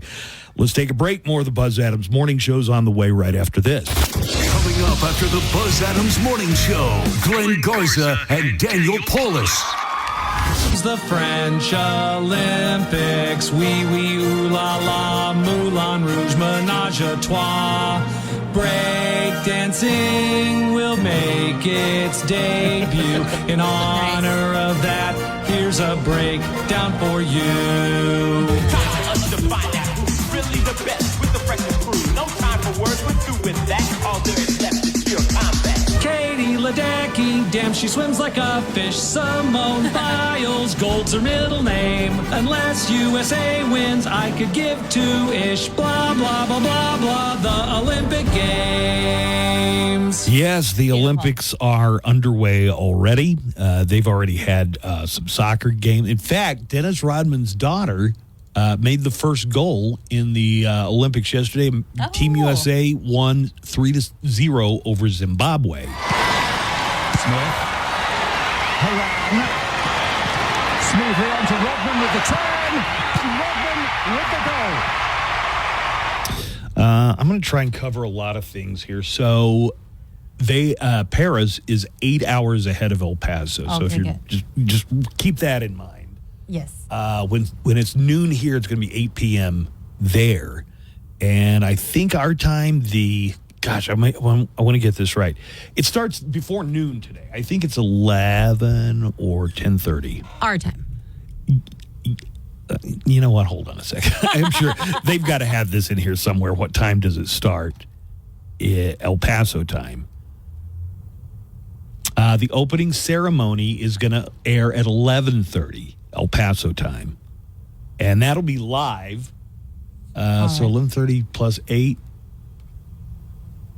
is 7:30. Okay. I guess it'll be getting dark almost. They will rebroadcast the opening ceremony for prime time at 5:30 El Paso time. If you want to see Olympic highlights, you can find those on Peacock starting today. Olympic highlights with Kevin Hart and Kenan Thompson. I hope Kenan Thompson does a what up with that recap What of up with that? what happened at the Olympics. It's What Up With That!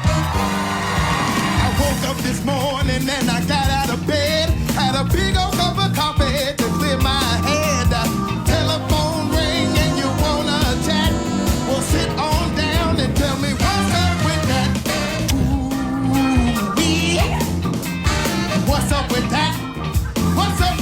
weightlifting. What's up with weightlifting? Breakdancing. Oh, look, Cappy's showing up. Hey, Oh, hey. this is a good timing, Yeah. Steve, because I just started talking about the Olympics, which have actually already begun. I'll give Steve a minute to sit down. Hey, guys. Good morning. I just wanted to say today's show is the true essence of the Buzz Adams morning show. It's all you need now is just a new good bad guy, and it'll be like old times. That would be great. Interesting. You had a story earlier in entertainment that they're bringing back Scare Tactics, which was a prank show. Do you remember Scare Tactics? I do. They would get like Hollywood level special effects and makeup artists and stuff. I watched it briefly, but that show came out long before streaming was popular. That was an oldie but a goodie, right? It doesn't seem like it's that old. It might be mid 2000s. 2003 is when it debuted. Yeah, well, there was no streaming. That was 20 years ago. Yeah, exactly. Hey, you were talking about that Scare Tactics. I remember that show. I watched a few of the episodes of that before it fell off. I remember that was one of the highlights with the midget in the rat suit, the mutant rat. That was please. They're little people in a rat suit. Funny. And since we're on the subject of cryptids, Buzz, you made the comment before. Now that we have all these phones, why haven't people captured this stuff? And so, I think there's an explanation for it. Mm-hmm. For example, the Bigfoot, or name any cryptid, Jersey Devil, the alien abduction stuff. Because my understanding is the stuff is not physical the way we understand it. They're paranormal manifestations. That's how I understand it. That sounds to me like another way to say imaginary. Hey, do you remember the story about a year ago about that family?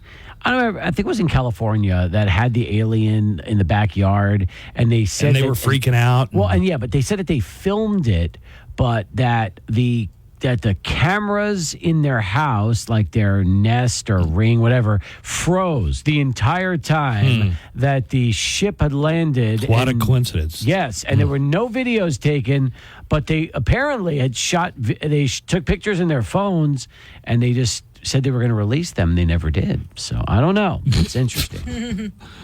I tend to go with the most likely explanation, and that would be that there are no cryptids running around, or if they are, they're not like a Bigfoot. I mean, how's a Bigfoot going to hide and you're never going to find a skeleton? You know what I mean? That's a good point. There might be something down at the bottom of the ocean that we have no idea, because that's a part of the world that hasn't been explored at all. But don't forget the chupacabra. The chupacabra. You make it like that's like Mexico has kind of adopted the chupacabra, but those reports came out of Puerto Rico to start off with. Maybe there's multiple. A veterinarian in Texas about 20 years ago got the corpse of an animal. Have you ever seen it? No. It turned out it was a hairless dog that had a really bad case of the mange and was also a coyote dog hybrid or something.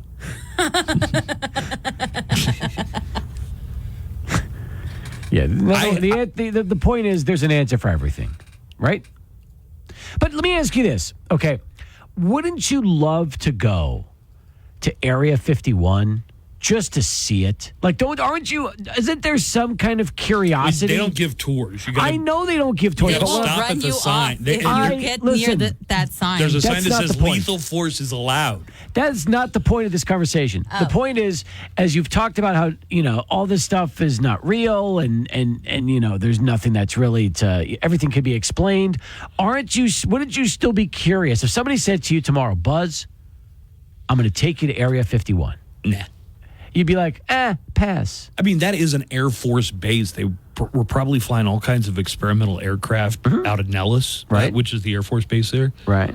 Yeah, I'm sure that people sitting out there saw all kinds of weird stuff that they couldn't explain. Okay, because it was pretty exotic tech. I get it. So you think that the No, entire we don't have a crashed So you think UFO. Area 51 is nothing more than experimental crafts? That's the whole They concept probably have of Area some 51. They probably have some top secret stuff going on there, but I don't think any of it involves. You don't think anything is from out of aliens? this? Yes, from out of this world. All right. No. Joanna? No. Really? You guys are both non-believers. Interesting. I want to believe, Steve. Yeah. Me too. Call and you're me right. Fox Mulder because I want to believe. Don't you wish that you could just have special sunglasses and see aliens like we did with Roddy Piper and They Live? That was great. It was great. Remember that fight scene between him and the dude? It was just like a WWE wrestling match for 30 minutes straight. I came here to do two things. Chew gum and kick ass, and I'm all out of gum. Morning, Buzz. Morning, Cappy. Cappy, I got a whopper of a sports story for you, man. Big scandal in the international soccer world. Apparently, they caught the a couple Canadian coaches cheating by spying on a practice with drones over there in the Olympics or something like that. And apparently, it's going back. They're going back. They sent the coach and the analyst, sent them home. Back to Canada. Yep. Like retro pay, other tournaments and stuff. They might be taking away some titles, some medals. I don't know. Look into it, Cappy. It's worth it. Bye-bye. So I saw this yesterday. I was going by UTEP basketball practice, and Mark, who handles the media for UTEP, showed me this story. And I found it bizarre because in the story, I think somebody was quoted saying, oh, yeah, Canada's been doing this for years. I'm like, really? That's kind of interesting, you know? Flying drones over and spying on. Yeah. They were spying on New Zealand, who they have in the first match. Oh, well. You got and the to head advanced. coach, Sure. although he didn't get sent home, he is not going to be present for the game against New Zealand because of this scandal. Where is he? Is he going to be like locked up in a hotel room? I don't know if they're going to even let him in the stadium or not. But With an anti-sex bed? You know? cardboard bed. Yeah, that's right. That's right. I could have sworn now that there's been some other controversy already in the Olympics. By the way, do the coaches also have to deal with the anti-sex beds, or is that just the athletes? It's a good question. I don't know. Like, I wonder if the coaches get their own, like, luxury hotel room and they're out of the Olympic Village, or are they with their athletes and doing the exact same thing? That's a great question. I was telling him I've been to one Olympics, and it was a Winter Olympics, and you went with me. I was. And it was in Salt Lake City. Great time. Market Street pretty Grill. excited. That was the place where we broadcasted live from. It was a great seafood house in Salt Lake. We went to watch a women's hockey game, and Paul Zimmerman was with us as well. Zimmerman was with us. Back when he was working there. Did Duke go on that trip?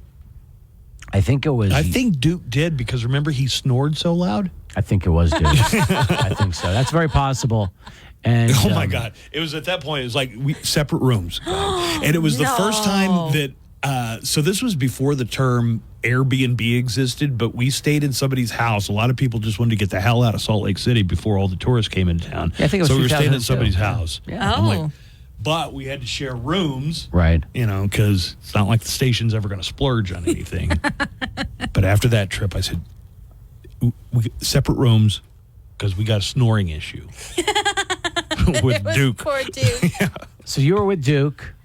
I don't even remember who I was Dennis with. Quintana was there. Yeah, he was with Paul. Yeah. That's right. He shot for Paul. Back in the days when sportscasters actually had photographers go with them. Let's check in with our Olympics correspondent in Paris. They gave us somebody from the pool of journalists there. Oh, and nice. I believe our correspondent is a Frenchman. So we're going to talk to him real quick here. Oh, bonjour. It is me, Frenchman model Pierre Dillon. And no, I am not at the Olympics. They think we're at the Olympics already. Stupid Americans. You see, we are 6 hours ahead of you. If it's 6 a.m. in New York, it's lunchtime here. That's why we're at the cafe. You don't know anything about France. I'll prove it to you. We know who your president is, but do you know ours? No. Well, he's Emmanuel Macron. His family invented macaroni and cheese. I made this up. Stupid Americans. Enjoy the opening ceremonies tonight, and I look forward to doing more reports next week for you. I am French male model Pierre Dillon. 8 hours ahead of El Paso time. Yes. By the way, I saw the video of Snoop today holding the Olympic torch. And just the torch? Yeah. He didn't have a gigantic...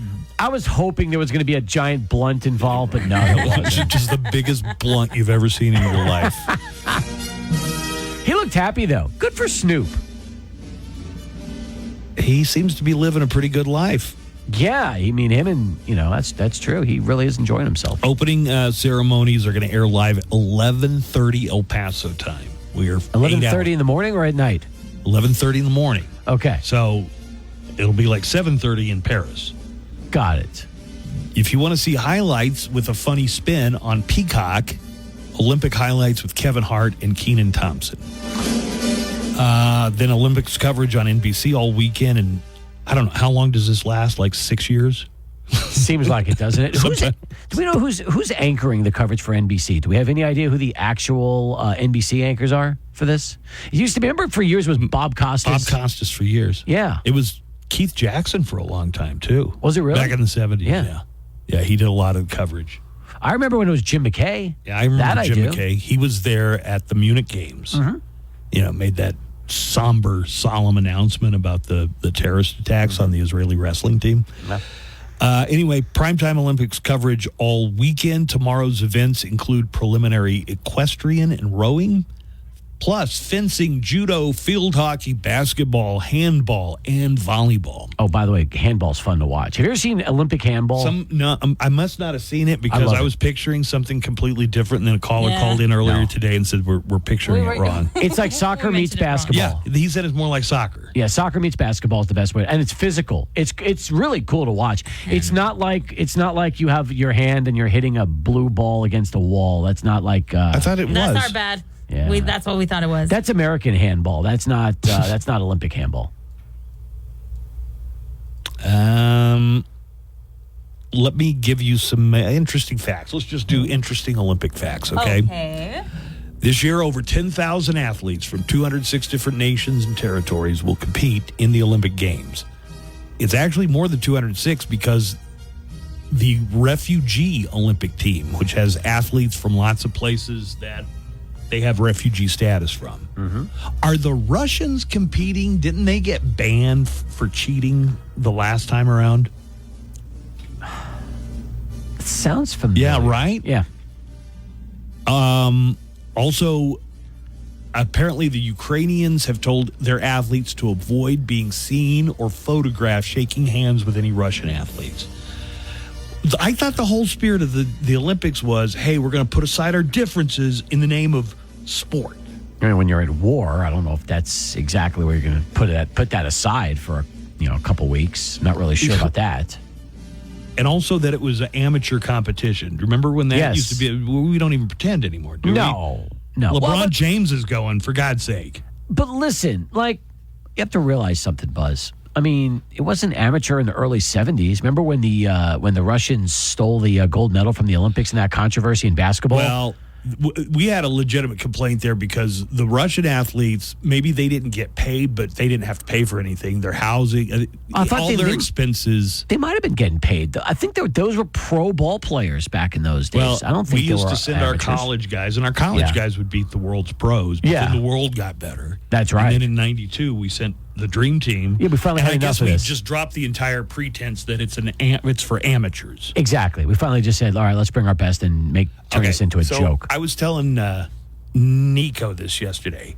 Do you remember in '80, the United States boycotted the Olympics in Moscow? Yep. And then in '84, when it was in LA, the Russians, the Soviets, boycotted us right back. I do. And the fact that we didn't compete in 1980 apparently cost Kerry Von Erich his chance to win a gold medal in the shot put. That I did not know. Well, I didn't know it until I saw the Iron Claw on TV the other day. There's a scene in it where it's like, oh man, Kerry's not going to get to go to the Olympics and win that gold medal, so he got into the family business of wrestling. Wow. Have you seen it yet? No, I haven't seen the Iron Claw How yet. have you not seen it? I haven't gone to the theaters. Is it streaming? It's streaming I think, on already. Max. Oh, it's on. I have came Max. out like in December, man. Yeah. I have Max. I'll watch it this weekend. Yeah. Thank you. That's good to know. Okay, so do you know what the Russians had done to piss us off so much that we boycotted the Olympics and then dashed the hopes of a young Kerry Von Erich? Tell me. What? You might laugh out loud when I tell you what the Russians had done that was so egregious that we boycotted their Olympics. Why? They had invaded Afghanistan. No. Oh my God.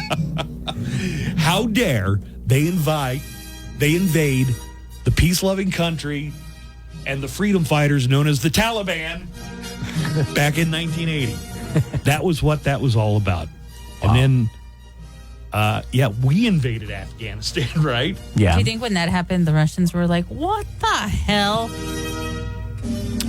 They held the grudge because they turned around and boycotted the 84 Olympics in Los Angeles. But it was the whole thing that started it off was the Russians invaded Afghanistan. So we were standing by our friends, the Taliban and the Mujahideen. I don't know. To me, that's just it just goes to show you in a terrible way funny. Listen, it just goes to show you how different things were 44 years ago. That's all.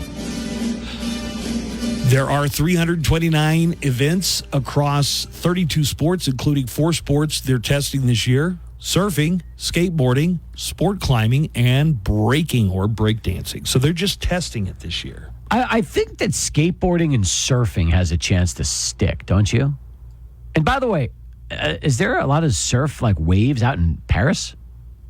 That's a good question. I never hear him talk about France in any Beach Boys song, so I'm going to say it's not a real surfing. Out there, brah? They could be made. They could be man-made. This could be a whole man-made course for surfing. Since the first modern games of 1896, 10 sports have been dropped. You want to hear the sports that they used to have? I do. Croquet, which just sounds. Who wouldn't love to watch 4 hours of the opening scene of Heathers? Polo. I can see how polo was an Olympic sport. It was Do a you big remember deal. polo ever being? Polo was big here. No. I know it's big with rich people. Yeah, it is. Ask. You don't know what was his name? Jones. Tommy Lee Jones. Yeah. Coming to El Paso a lot for that tournament. Lacrosse. See, lacrosse seems still like it big. It seems like it should be in the Olympics. I mean, It's even huge if in the I'm not the Northeast. biggest lacrosse fan, I like lacrosse. Lacrosse is like it's hockey, but you play it on grass. What's the difference between lacrosse and field hockey? There's got to be a Field hockey, you have like a hockey stick and you have a ball. Where lacrosse, you still have the ball, but you have that net. You're holding the net and you Like use the net to fling it. That's the difference. Ah, yes. Okay. And they did away with this one, which is a real tragedy because I think I could have dominated. Okay. If they had not gotten rid of motorboating at the Olympics. It's one of my favorite activities. Is it? How do you train for that? Like this.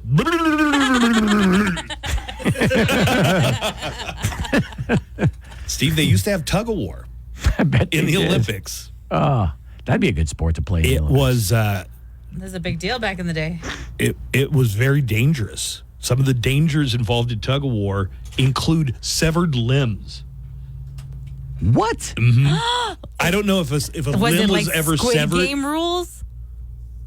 Now it's like people would tie the rope around them, and then if the other, I don't know. How could you? I don't know that it ever happened at the Olympics that somebody lost an arm, but in tug of war, severed limbs. Yeah, Okay. severed limbs. All right. Between the Olympics and the Paralympics, around 5,000 medals will be handed out. Each of the medals this year, Joanna, has over half an ounce of iron from the actual Eiffel Tower melted into the medal. Oh, that's cool. Oh, wow. I'd like to know where You they got your I like- Eiffel Tower and my gold medal. You got your gold medal and my Eiffel Tower. Would you like to know where they removed the medal from? In the Right. Eiffel I hope Tower? it wasn't like a support beam or something. Exactly right. The famous Eiffel Tower collapsed today during day 9 of the Paris Olympics. They apparently took too much out of the statue. The youngest and oldest athletes this year are both Team USA. The youngest is gymnast Hesley Rivera. She just turned 16 last month. And the oldest, do you think it's LeBron or somebody's older than LeBron? LeBron's 39. What's your guess here? I'll say that there's somebody older than 39? LeBron, yes. You're right. And he's an American. Stephen Peters will compete in dressage. That's the fancy horse dancing event. Horse crip walking. Right. He is...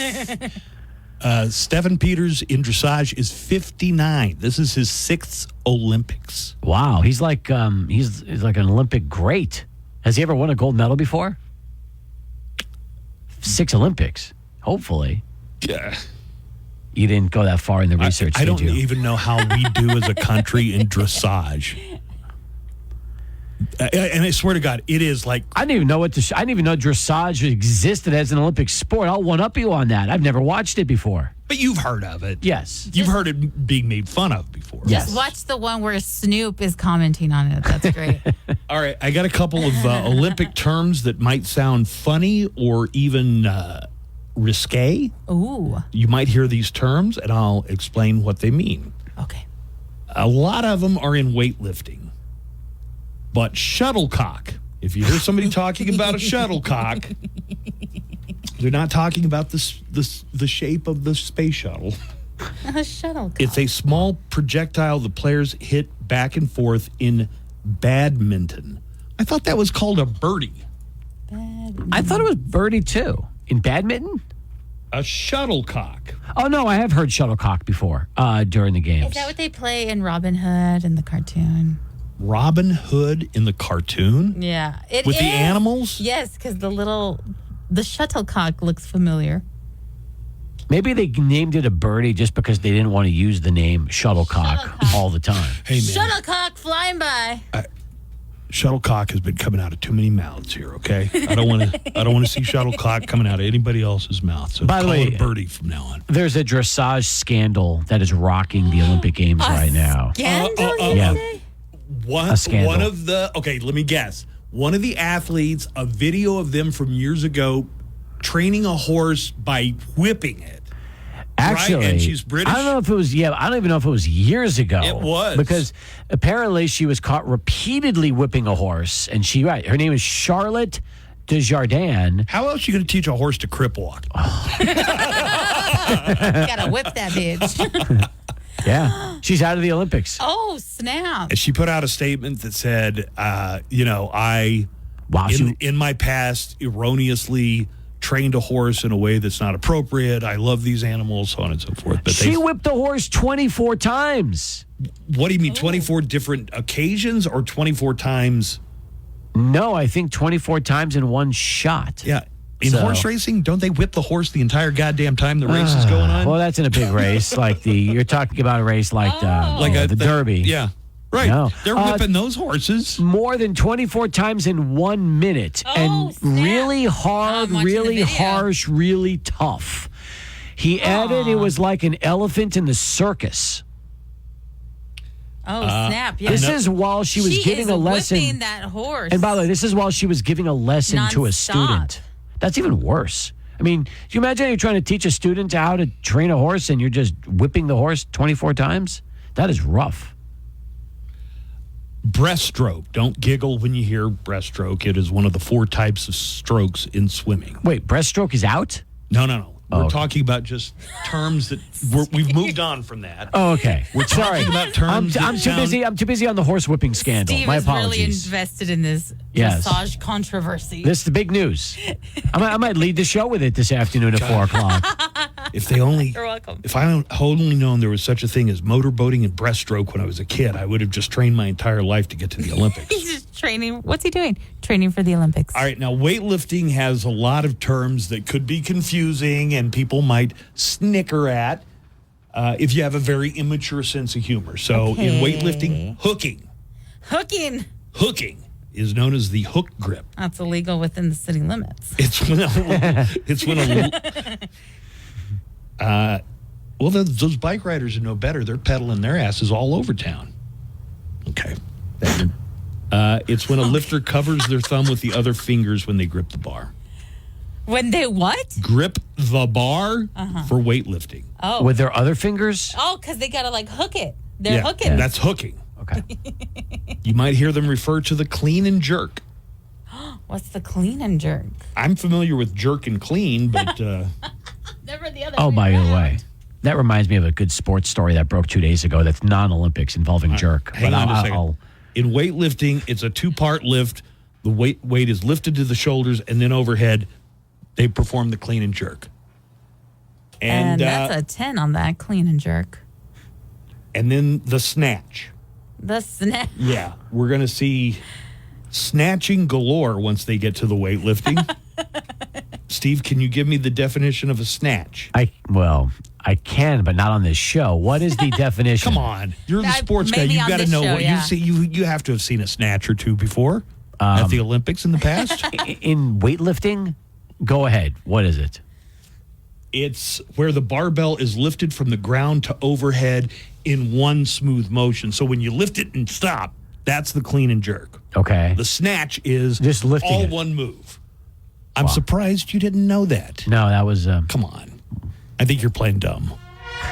And now, here's another great moment in Olympic history with your Olympics correspondent, Keith Jackson. Oh, Kitty by the door and Sweet Betsy from Pike, 2000, Sydney, Australia.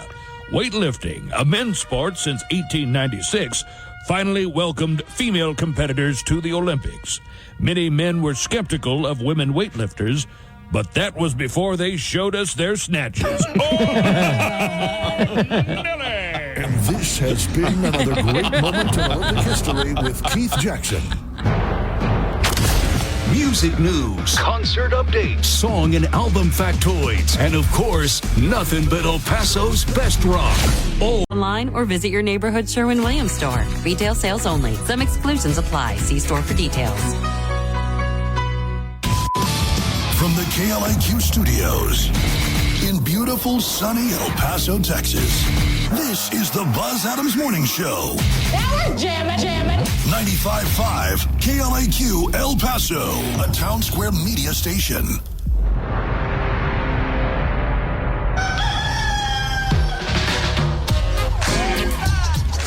Steve, you were going to tell me an interesting scandal or a story that happened in baseball, and you didn't get to it, but we've got a live caller first. Oh, sounds good. So let's go ahead and first things first. Who do we have on the line, Joanna? Buster. Hey, Buster. Hi, how are y'all? Doing good. What's up, Buster? I'm down here at U Pullet trying to sell a car. Hey, listen, Steve, I wonder if you could give me your take on the U.S. Olympic Committee agreeing to the International Olympic Committee's demand that Utah's Olympic Committee will drop any potential drug testing, especially of the Chinese swimmers, in order for Utah to get the site. Wait, hold on. You're talking about Utah? Yeah. The Winter Olympics are already scheduled for Utah. Yeah, but in order for them to have gotten them, they had to agree to drop any substance testing specifically designed to target China in order for the IOC, the International IOC, to award Utah that site. Steve, have you heard of such a thing? It's a huge controversy in sports right now. No, everybody's talking about it. I've never heard of this until this Steve first says he's first never time. heard about this. No. Buster, it's an interesting story, though. Look, I'm a big fan that you should test what the Olympic Olympic committees are always about, making sure their athletes are on the up and up. And my question is, what would these tests find for the Chinese athletes that no other Olympic athlete is doing?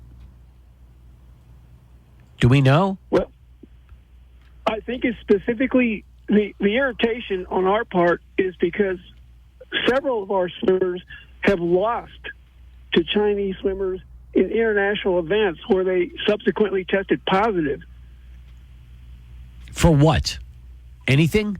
Like Banned substances according to the rules of the International Olympic. So here's the thing. Here's my question. If we're not going to test, does that mean that the Americans can cheat as well, just like the Chinese can, and everybody can try to? Because if that's the case, then hey, you know what? Hopefully we can be a free for all. Yeah, we can do it even better. Yeah, but see, I don't think we allow that. I don't think the American Olympic Committee allows our swimmer, any of our athletes, to use performance-enhancing drugs, and we test for that. Yeah, exactly. We regulate our own athletes. Yeah, listen, especially in American sports, think about what's happened in all of our professional sports. Football, baseball, basketball, all the banned substances that are being, that they outlaw. And now all of a sudden in the Olympics, you just allow everybody from around the world to come and compete like that? I'll have to investigate that further. Yeah. Thanks, Buster. Me too. That's a good story. I appreciate it. What was the baseball story?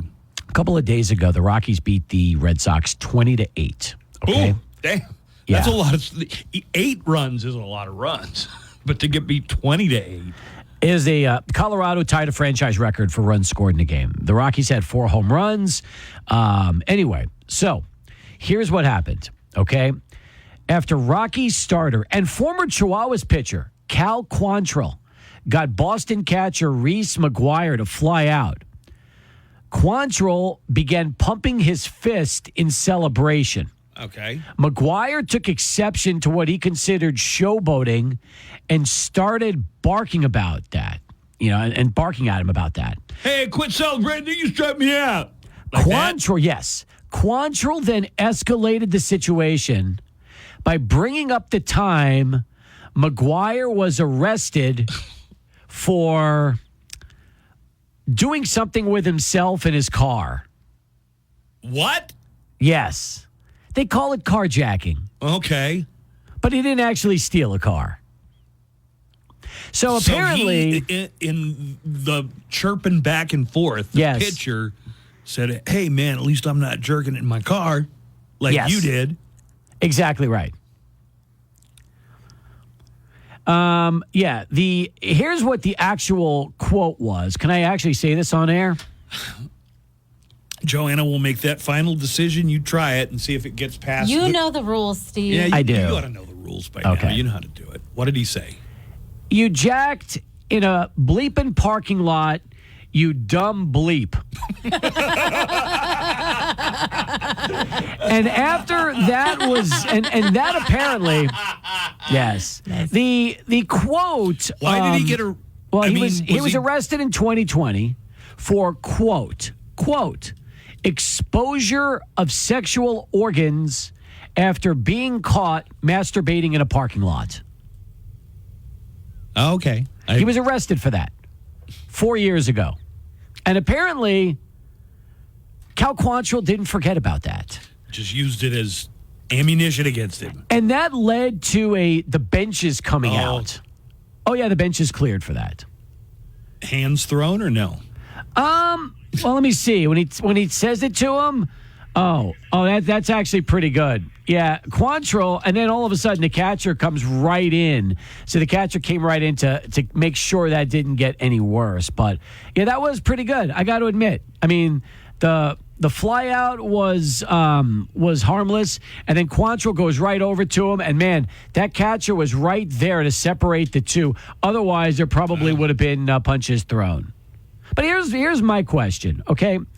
If a guy gets arrested for that and it becomes public news, of course ball players are going to use that against him if something ever happens and they let their tempers get the best of them. This is very coincidental. You're talking about this story, and on my calendar of famous dates in history, it was exactly 33 years ago to this day that Paul Rubens, a.k.a. Pee Wee Herman, was arrested inside an X-rated movie theater in Sarasota, Florida. He was accused of exposing himself twice during the showing of a film called Tiger Shark. He pleaded no contest and paid a $50 fine, but it basically killed Pee Wee Herman as a character. It did. His career was never the same after that. And he was hot at that point. Why are you looking in somebody's car? Like, what do you mean? He was doing it in his car and like a meter maid came by and saw him doing it? Or was he I doing have no idea how he got caught. I don't walk through parking lots looking in people's windows. I was going to say, how many times do you just walk by cars and look inside to see what's going on? I never do it. Never have I done that. Eyes in front of me. I'm not checking out other people's car. What do you mean? They caught him jacking it inside a parked car in a parking lot. I never heard that story either, but apparently Cal Quantrill did, and he made sure that was going to be brought up in the conversation. So he screamed at him and very loudly and reminded him of that. And then all of a sudden, yes, both benches emptied and things got interesting. So, and the next time somebody brings up carjacking to you, you'll understand what it could possibly be about. What kind? Yeah, what kind? That horse crip walk lady that got banned. Mm-hmm. You know what her perfect theme song would be? Let's whip it, baby. Let's whip it right. Let's whip it, baby. Work it all night. Or Whip It by Devo. Whip It. That's the one I thought they were going to go Whip with. It, Yeah. dude. Yep. Do they play music when they do the fancy horse dancing? I think so. I think they do. But yeah, they have to make sure they don't startle the horse. So it has to be something that the horses are comfortable with. I got a couple of sports notes for you. You know, we are affiliated with the Major League San Diego Padres. We are, and we had history being made yesterday. History made. Only the second no-hitter in Padres history. That's right. That's right. San Diego. Do you know what that means, Joanna?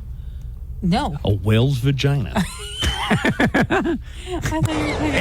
to right, but it's hanging up. And Dylan Cease gets the no-hitter. Now, no-hitter What for does Dylan. no-hitter mean? Okay. What do you... now, this is good. This is really good. What do you think it means? I want to say he didn't hit nothing, but that doesn't make sense. It's baseball. He's That can't be right. All right, so Dylan Cease is the pitcher. Okay. And he threw a no-hitter. Just based on those So the breadcrumbs. other one didn't hit anything? So they hit the ball, but they didn't actually hit a single, a double, a triple, or a home run. Nobody got on base. It's a no-hitter. It's fairly uncommon. He walked. He did walk three. He walked three. Now, did you hear about the immaculate inning a couple of weeks ago? Yeah, that's pretty. I think an immaculate that inning hadn't been done in well over 100 years. That's you throw 9 pitches, strike, strike, strike, strike, strike, strike, strike, strike, strike. Yep. Hadn't been done, I think, since maybe even the 1800s. Yeah, it's an immaculate inning is very difficult to accomplish. Very difficult. Just the fact that you keep throwing them in the strike zone is odd. Yeah, but how about just going out there and throwing 9 perfect pitches and 3 strikeouts? That's pretty remarkable. Do you remember who threw it? No. Do you? No. Well, I thought, you know what? If we're talking about a couple of months back or like a month ago, I think it was a Padres pitcher. I think it might have been former Chihuahua Jeremy Estrada. That threw an immaculate inning? Yeah, I think so. I got to double check that. All right. It might have been Estrada. How long did you see it from? Like, when did you see that happen? I just got the audio for it last week, I think. So I don't know when it happened. Hey, good morning, guys. Hey, Steve. Hey, Buzz. Hey. Good morning, Joanne. Glad Nico's not there. Hey, since McGuire used to play for the Cardinals and they caught him in the car, does that mean he was caught red-handed? All right, you guys have a great weekend. Bye-bye. Oh, my God, that's awesome. He was caught red-handed. So dumb. By the way, Michael Kopech is who threw the immaculate inning. So it was the White Sox, July 10th. And that was the last time since last season when Johan Oviedo of the Pirates do it. Usually you get 1 or 2 of these a year, although there have been 2022, there were quite a few of them. What, immaculate innings? Immaculate innings. No. The story was that it had not been done in over 100 years. No. That's not true. There were 7 of them in 2022. I don't believe it. 9 straight strikes. Huh. They were making a huge deal out of it.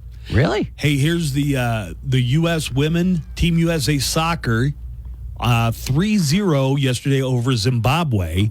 Here's the call from the first goal. Tell me if you can tell who is this athlete, okay? Smith. Haran. Smoothly onto Rodman with the turn. And Rodman with the goal. It's hard to hear the announcers, but that was Trinity Rodman. You know who Trinity Rodman is? Dennis's daughter. Dennis Rodman's daughter. How cool is that? Is she all tatted up too, or is she? No, she does not look tatted up. I'm excited for that. That's a cool story because, everybody thinks of Dennis Rodman just because of him. And now we have a next generation Rodman. That's great. All right. Let's take a break. Thank you, Cappy, for dropping by. Good to see you guys. We'll come back and have just enough time to wrap up before the weekend and kind of put a bow on it when we come back right after this. Artist interviews, Zoom music discoveries, celebrating artists' birthdays, commemorating releases, champion of all things rock. Online or visit your neighborhood Sherwin-Williams store. Retail sales only. Some exclusions apply. See store for details. Live from the KLAQ studios, the Buzz Adams Morning Show. Courtesy of Glasheen, Vyas, and Enderman Personal Injury Lawyers at GVILaw.com.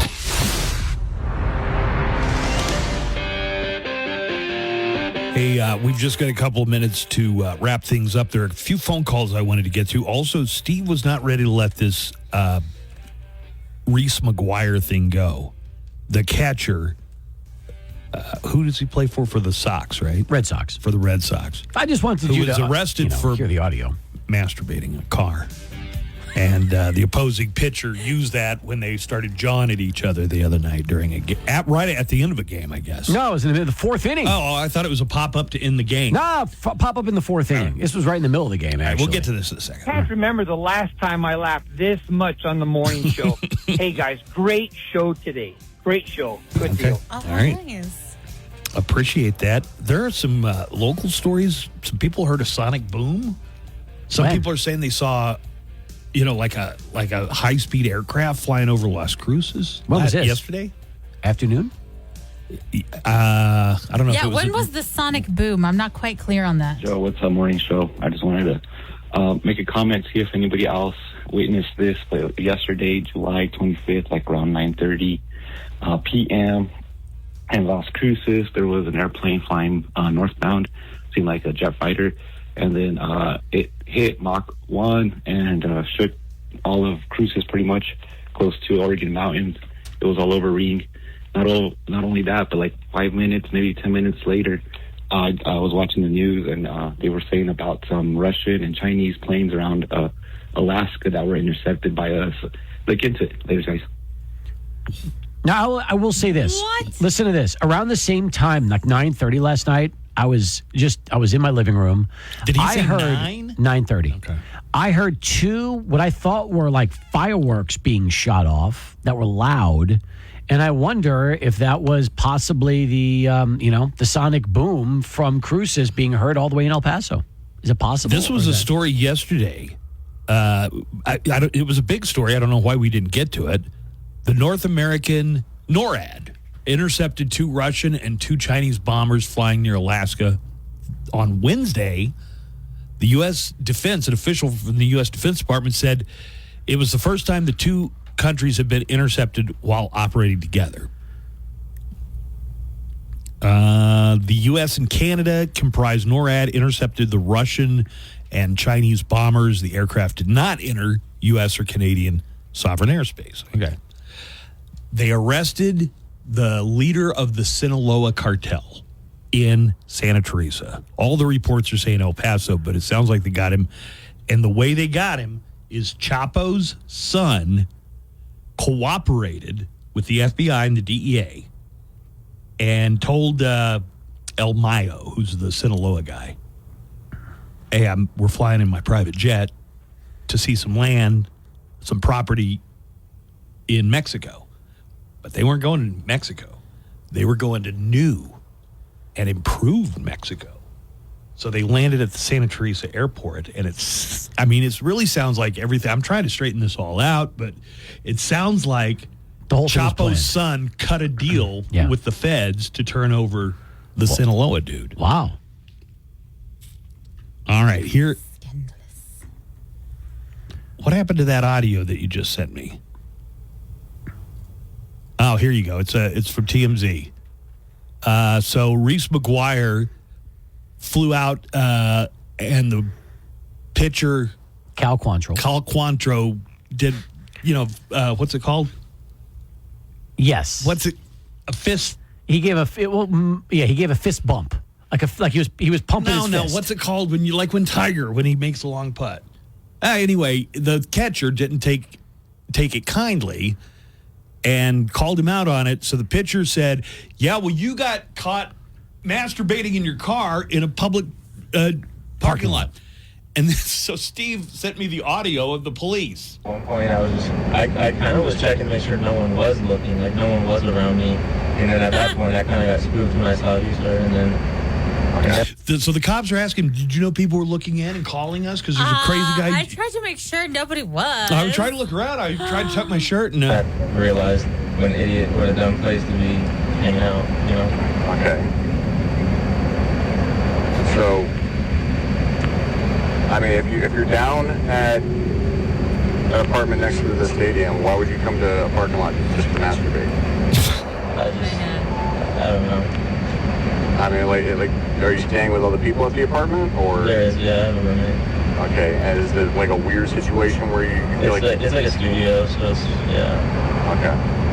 But you feel like... That wasn't the reason why. I don't know, I just decided hard and... He's like, I thought it was the perfect time.